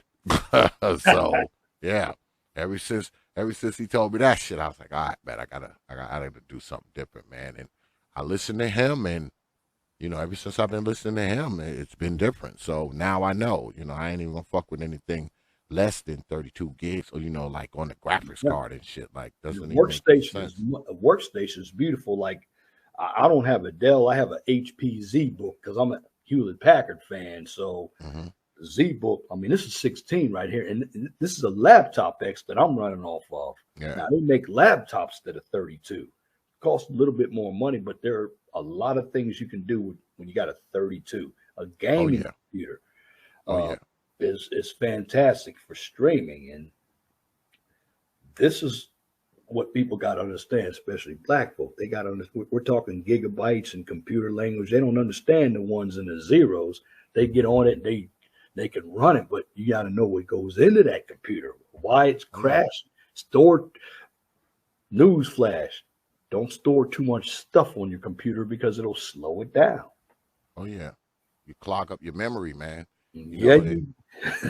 Plus, all that shit is memory related. So, I mean, that's why I don't put no shit in here, man. I keep very little in this computer. I'm trying to keep it clean. You know, I don't need 25,000 photos and 10 and 30 and 40 videos stored in this month. Especially when you talk about audio and video shit, that shit takes up a lot of space, man.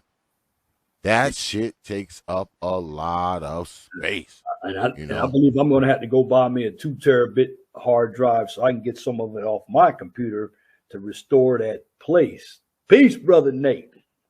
Brother Nick. I said Nate. I'm used to saying Nate. he was up there too earlier. Peace, brother Nick. But yeah, but that's good. But that we are still around, Brother X, after heck 6-7 years. Yeah, it changes. Still around here. And a lot of these guys, they didn't go through what we went through on YouTube. They have it easier now because most people, they don't do pre-records. They do live streams. And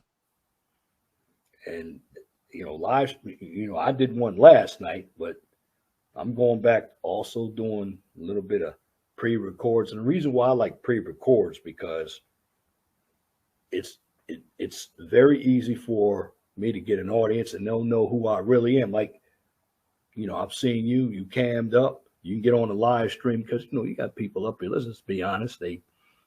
Some of them don't cam up there. You don't know who they are. And they have a lot of avatars. And I like to know who I'm talking to every once in a while. Yeah, I mean, when it comes to that, I don't really mind people who don't show themselves. I mean, that's on you. You want to show yourself, do it. If you don't do it. What bothers me is when you have a person who's never shown themselves get on here and start talking about what a motherfucker who shows himself looks like. Yeah, that bothers me. Because it's like, motherfucker, nobody knows what you look like. So, I mean, I guess that shit's all right on other channels, but I don't let motherfuckers do it here. If you don't show your face, don't get your ass up here talking about what a brother look like. All right?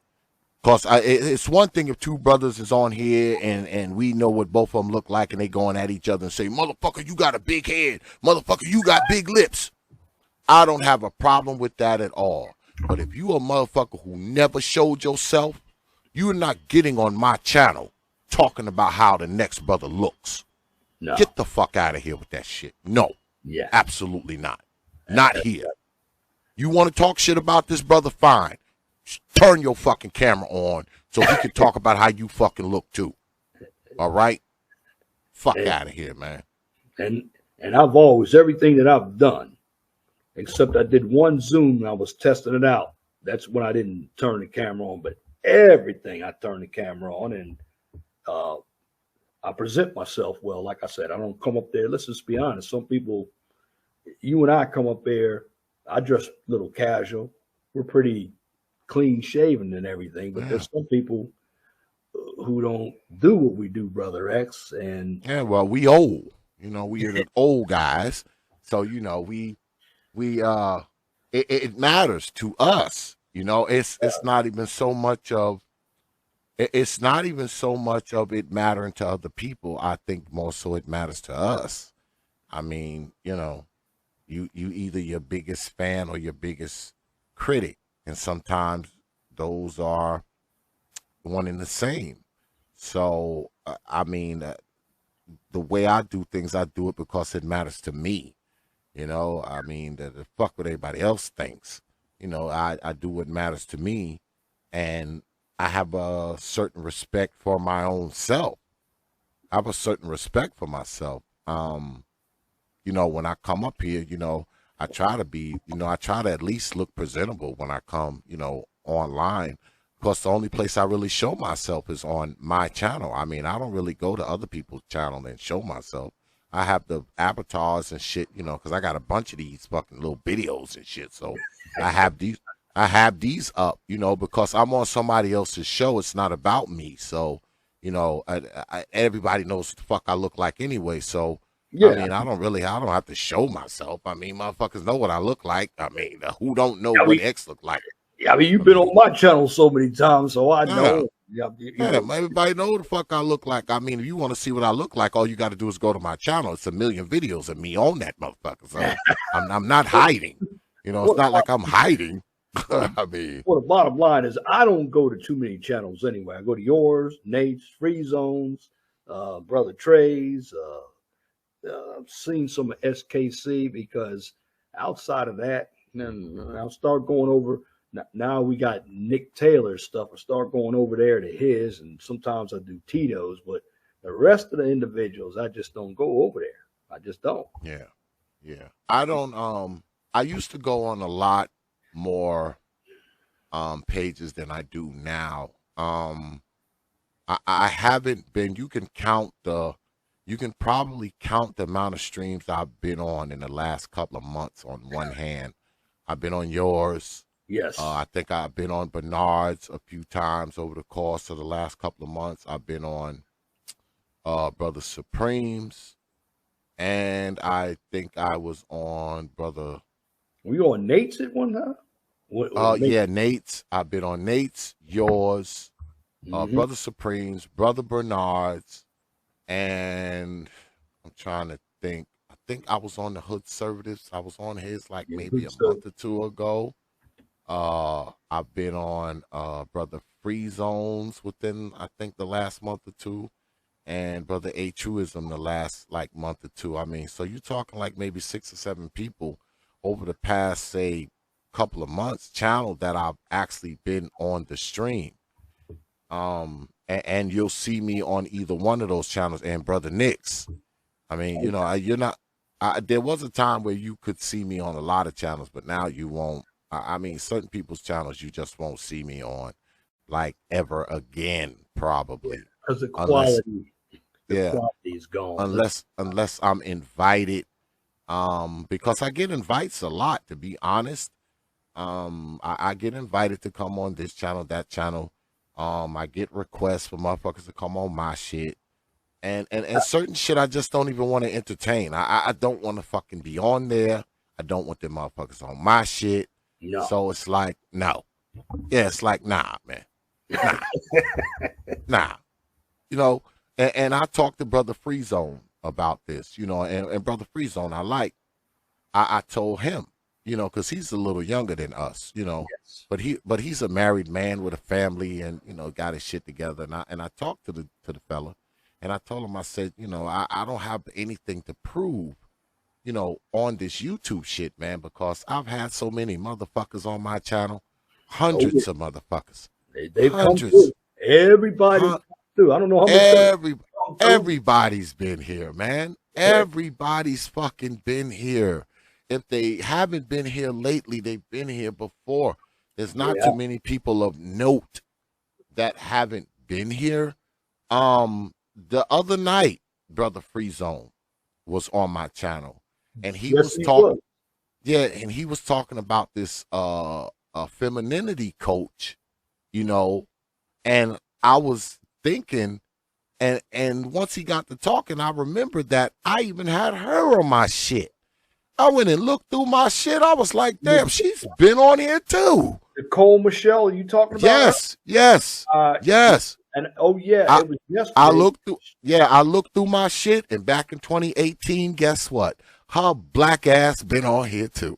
And she was doing femininity for black women.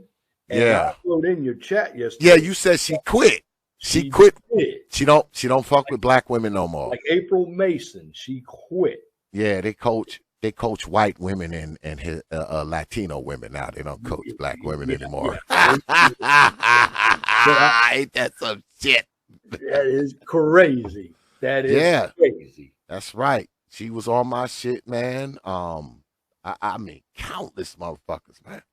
Countless people, man. So, you know, I don't care. I'm to the point with this YouTube shit now that I don't even care, man. Well, I don't care if you fucking hate me. I do what you want. I don't even give a shit. You know, I like it, but let's just be honest, Brother X. I do. Now, my channel, I'm not up here all the time like I used to. And I do the non-trending stuff, so my audience isn't as big. You know, nobody wants to learn psychology, but it's actually a very good topic so you can understand behavior. But, you know, Negroes out here, they like the ball of X stuff, the drama. They like the sensational shit, man. That's kind of what people are into. And that's fine, but that sensational shit you don't really learn anything from. It's entertainment. Too many of us have been encapsulated by athletics, rapping, and some type of entertainment. This is why, brother, this is why this is going to sting, and I'm going to say this. Not all of us, but most of us are always going to be stuck. Okay? Yeah. Because most black people, they don't know how to grow. They really don't. And a number of them aren't even interested in growing. They like where they are. That's why they are victims all the time. And I can't even live like that. Like my audience, even my audience has changed.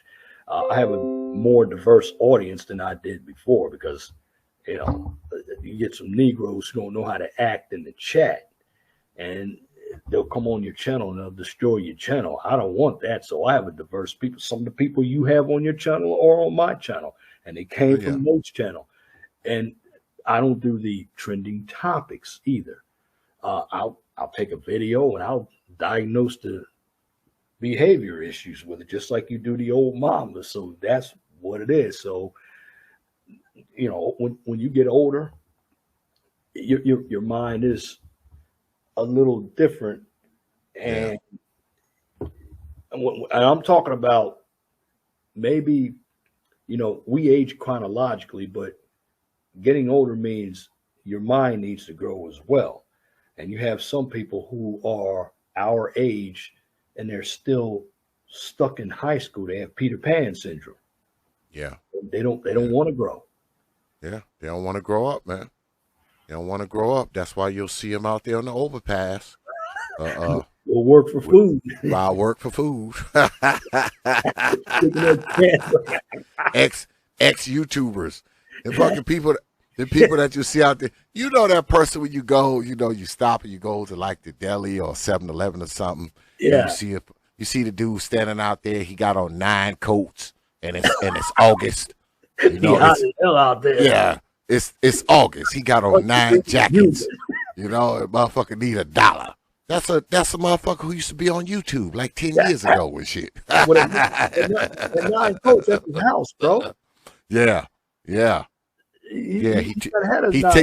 He takes them all off and turn them into a tent and shit when he get ready to go to sleep in the woods. He take those 9 coats and just take the motherfuckers and make a tent out of them.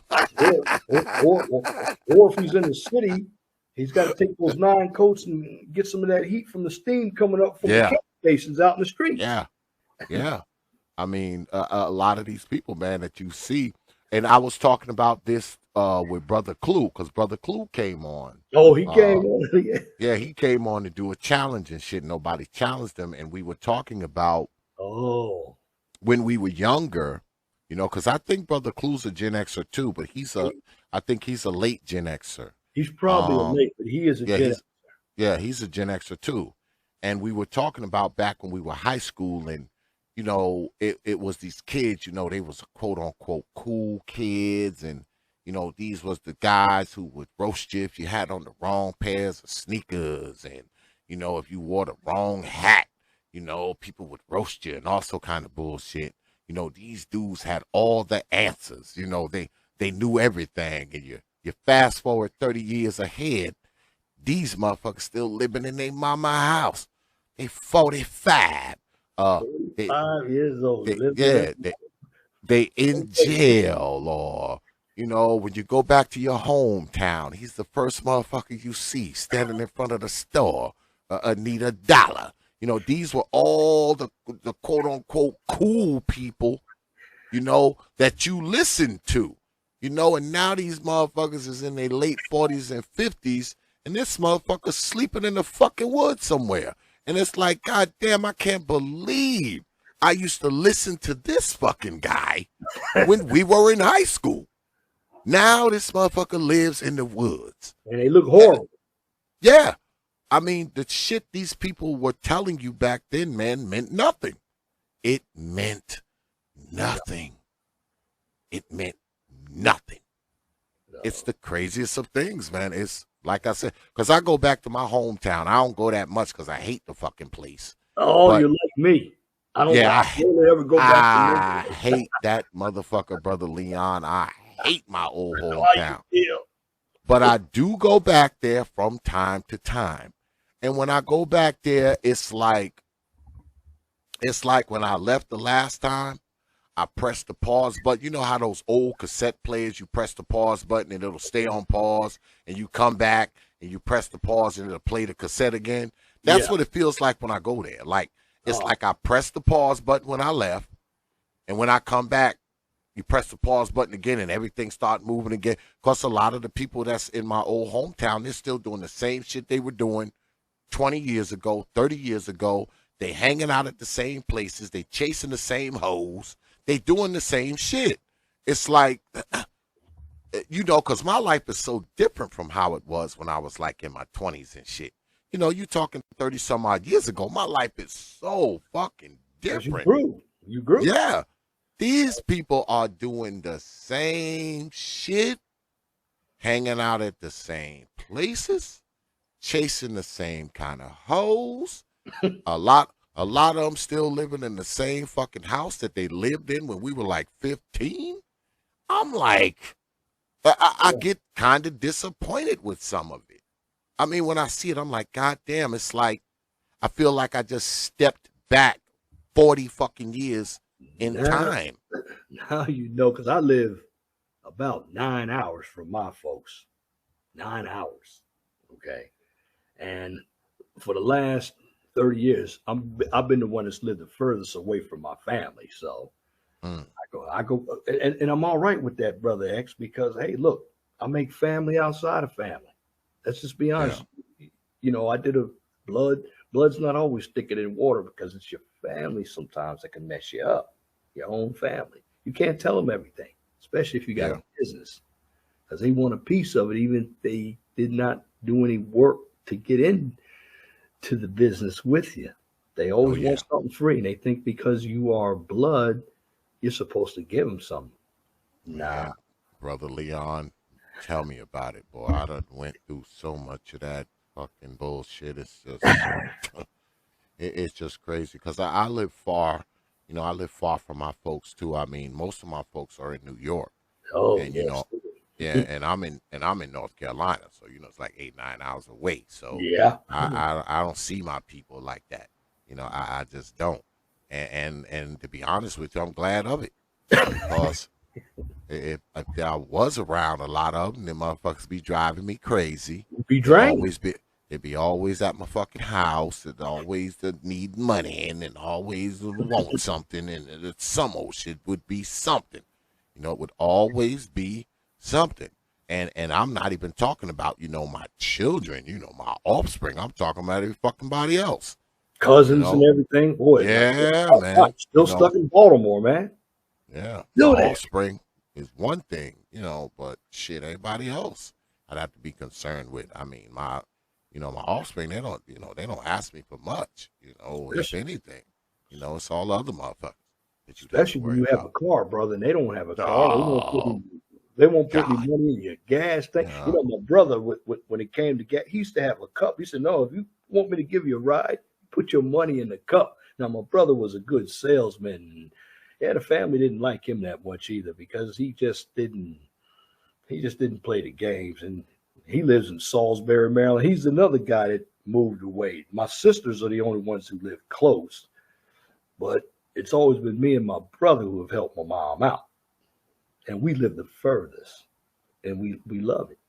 I love it. Because I'm much more self-sufficient. Because when I lost the job here, my mom asked me to come back. I said, I'm not living with you, Mom. And I stayed out here. And hey, been out here in Indiana for 7 years, man. I was in Pennsylvania for 10 years. So I lived around, so I know all about it. Yeah.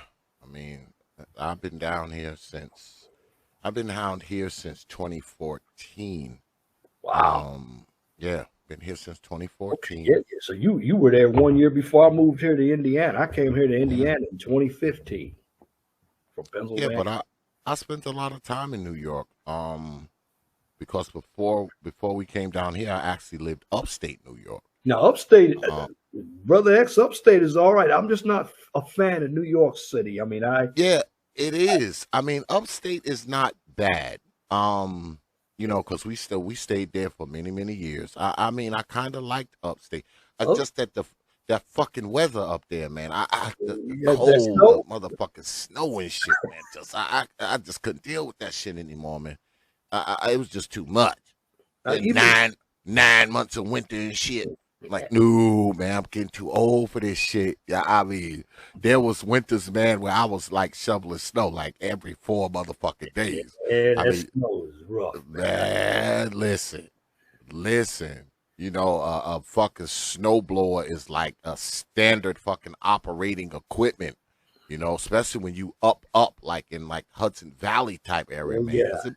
It'd be like 8-9 months worth of fucking wind up there, man. I mean, that shit was just too much. I mean, like, no. Well, you know, out here, yeah, 2015, 2016, when I was out here, the winters were pretty, you know, we got some snow out here. I was plowing snow for the Indiana Department of Transportation. So that's, you know, I just deal with it. This is the Midwest here, and I'm near Chicago, and hey, look, it's all right. It's all right. I mean, it's pretty good as far as the cost of living out here. Yeah. While I'm out here. I mean, yeah, it's decent. You know, down here is decent. I like the place. The people leave a little bit to be desired, but you know, there's money to be made here. I can say that. You know, I do okay down here. You know, when the season is good, I do damn good. So, you know, there's not really any complaints there. I mean, you can really make your bones here, man, you know, if you apply yourself. So, you know, I've always applied myself when I was here. So it pays off. And I like that part of it, the fact that, you know, you can cut your own way down here. You know, all you got to do is be willing to putting the time and the effort, all right, and the planning. And you can do okay down here, man. You can do well down here. Trust me, you can. Yes, all right. Sir. Yeah, if you put the energy in and apply yourself and, you know, focus on the right niche, man, you can do really well. To take it from me, you can do really well down here. And this is a blue collar town. You know, this is a very blue collar area. So if you're a blue collar guy, man, you can really pop off and easily start your own fucking business too, because there's a lot of blue collar work here. You know, where I'm at, this is blue collar man's paradise here. All right, this is blue collar man's paradise, man, and you can do all kinds of shit. All you got to do is apply yourself. That's it. All right. Well, Brother X, it's about time for me to probably it's 12:38 here. Yeah. Brother Leon, I appreciate you coming on, man. As always, I didn't get in here, man. A lot of shit was going on. You know, I wanted to come down in check you out, man, yesterday, because I know you was down there streaming. I meant to come down there and fuck with you, but I'll probably catch you next week. And I won't be a stranger. You got my number. On the show, we have another which I like it because we need to have more conversation. Yeah, we need to have more of these old Negro shows. Maybe I'll make this a series, the Old Negro series. You got my number? Give me a call, bro. Yeah, man. Brother Leon, man, I appreciate you, brother. Spam your channel in the chat before you leave. so everybody know where you at. I certainly will. Hey, brother, thanks for having me up too, bro. Absolutely, man. Peace, Brother Leon. Peace, my brother.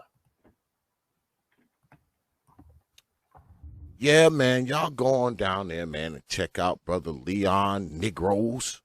He's gonna span his info in the chat for you Negroes to see it. But most of y'all probably already know who Brother Leon is anyway. Get on down there, man. Check him out.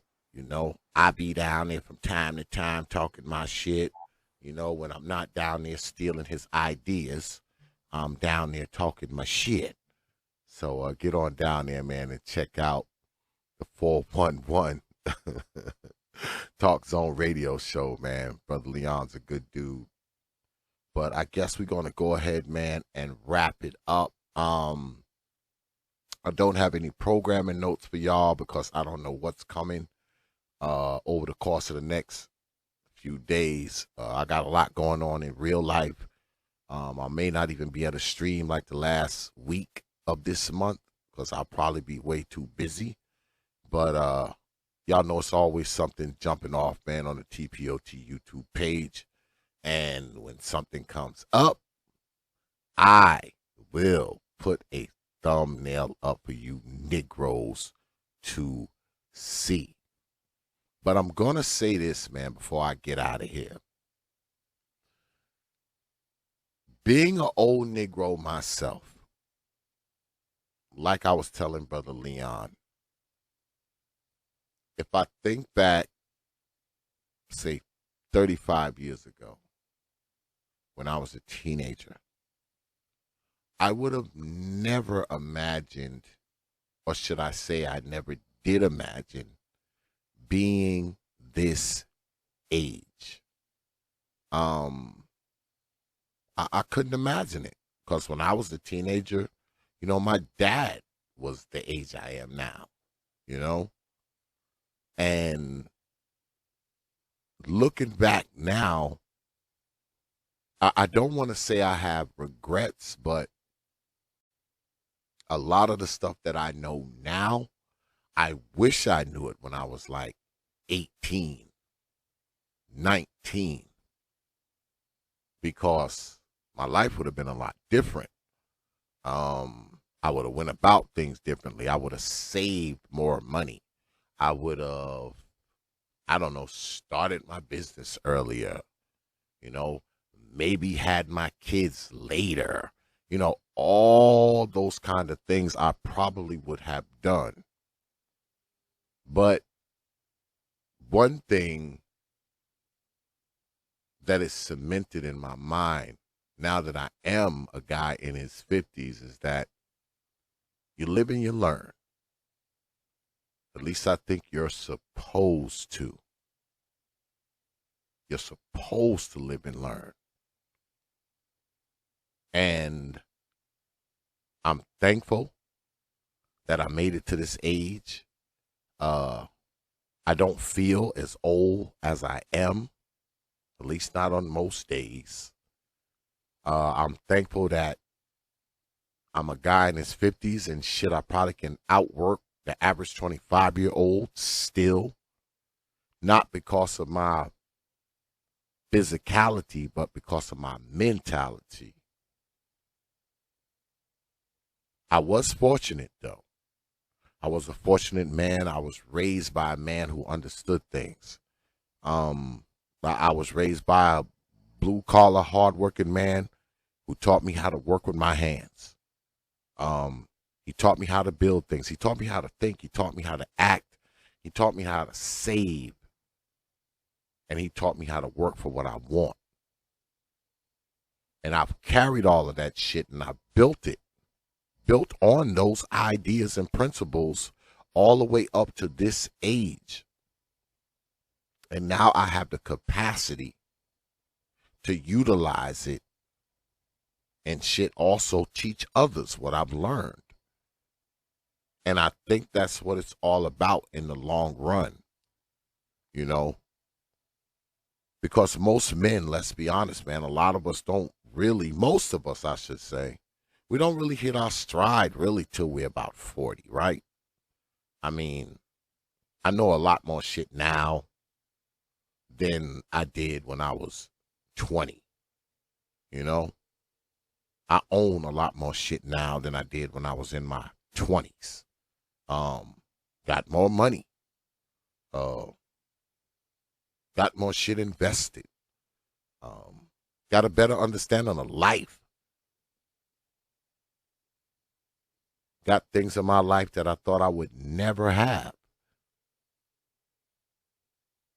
So I don't regret being an old Negro. The only thing I kind of regret is not knowing old Negro shit when I was a young Negro.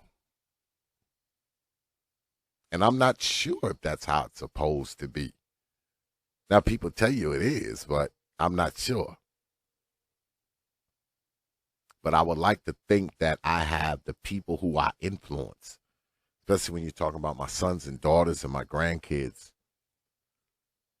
I would like to think that I gave them a leg up by teaching them some things at my age that they can utilize when they get my age, that they can utilize at a younger age, so they can be better than me, smarter than me, richer than me when they get to be my age. Because it's all about making the people you're responsible for better, right? They should be better than you, not worse than you, not even the same as you. They should be better than you. Because if not, you fucking failed. You have failed. There's no outrunning that. There's no excusing it or blaming it on someone else. But you know, you hear people all the time, oh, you old niggas, you old niggas. And the crazy thing is, many of the people who always shouting that old nigga shit, they're only about 5 years younger than us. In 10 years, the motherfuckers will be older than we are now. So I guess they'll be an old nigga too, right? And people always wonder why. And what I think is, a lot of people think that they're smarter than you at their age than you were when you were their age. And when they get your age, they're going to be smarter than what you are now. And I guess that's fine to think. But we understand the proof is in the pudding, right?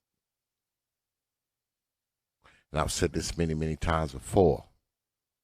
Yeah, I'm an old nigga. But I tell you what, I ain't no old nigga standing on the side of the overpass. I ain't some old nigga standing on the side of a fucking building with a fucking beer in my hand and a paper bag. I ain't some old nigga greeting motherfuckers at Walmart either. And the way it looks don't look like I ever will be. So all you so-called young niggas who like to talk that old nigga shit, don't let me see your old nigga ass standing on an overpass.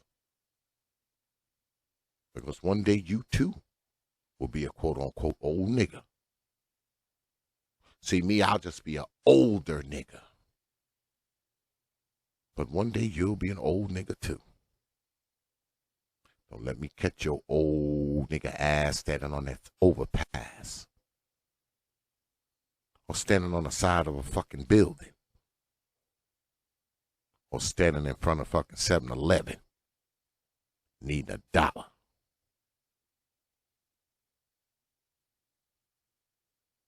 Because I'll say, hey, old nigga, remember me? And like I said, I'll be an older nigga. And I still won't be standing on that fucking overpass with you. Or standing in front of 7-Eleven with your ass. Or standing on the side of that building with your ass.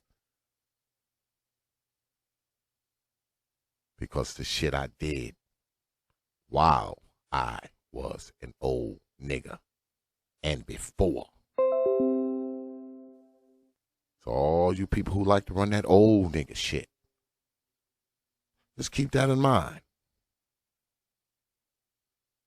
And hopefully, when you become an old nigga,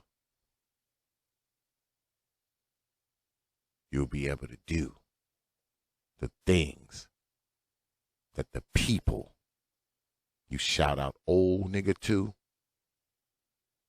are doing, or have what they have, or live the way they live.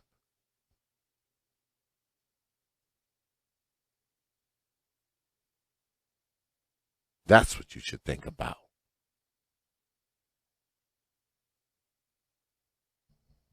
While you're sitting around here talking about, you old niggas.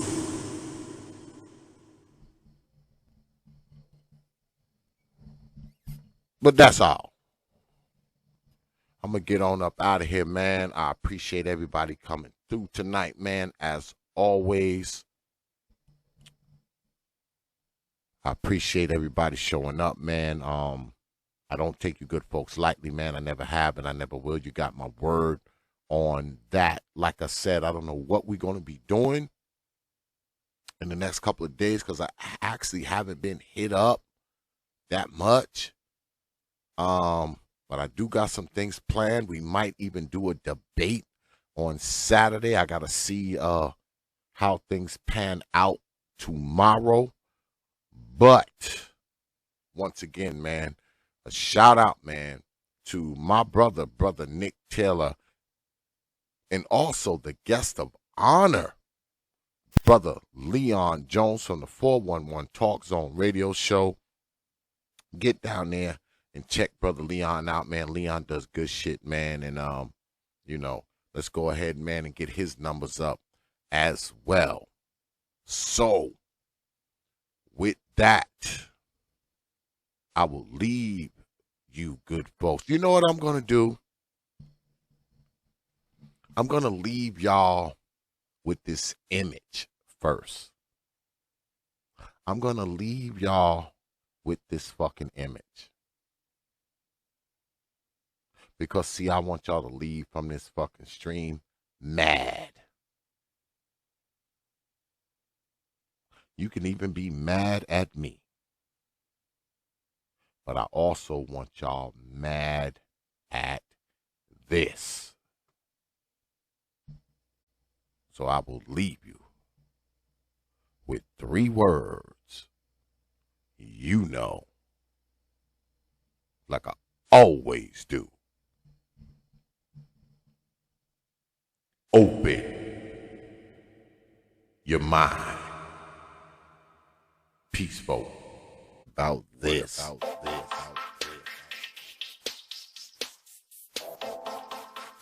What about that?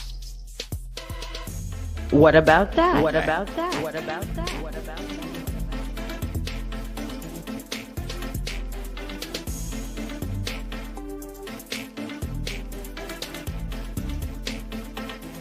What about this? What about this? What about this? What about this?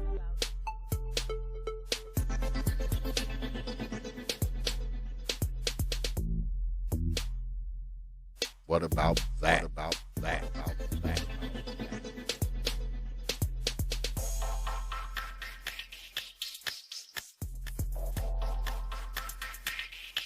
What about this? What about this? What about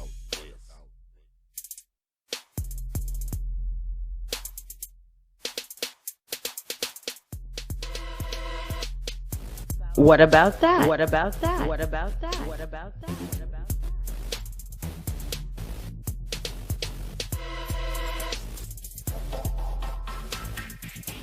What about this? What about this? What about this?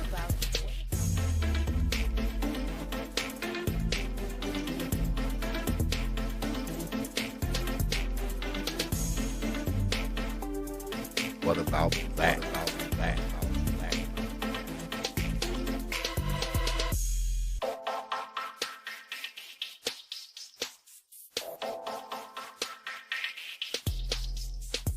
What about this?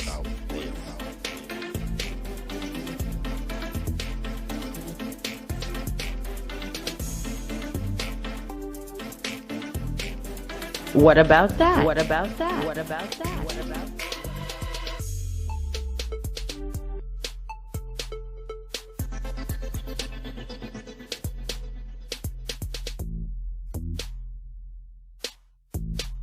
What about this? What about this? What about this? What about this?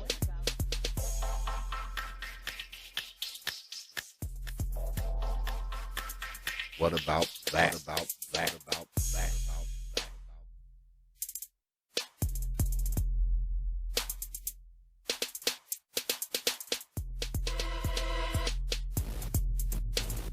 What about this? What about this?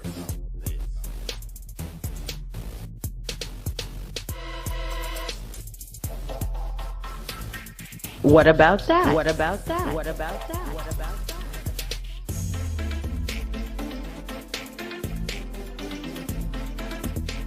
What about this? What about this? What about this? What about this? What about that? What about that? What about that? What about that?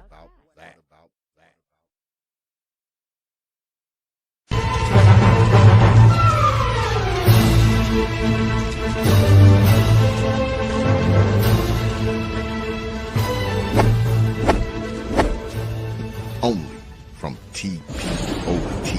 Media. Open your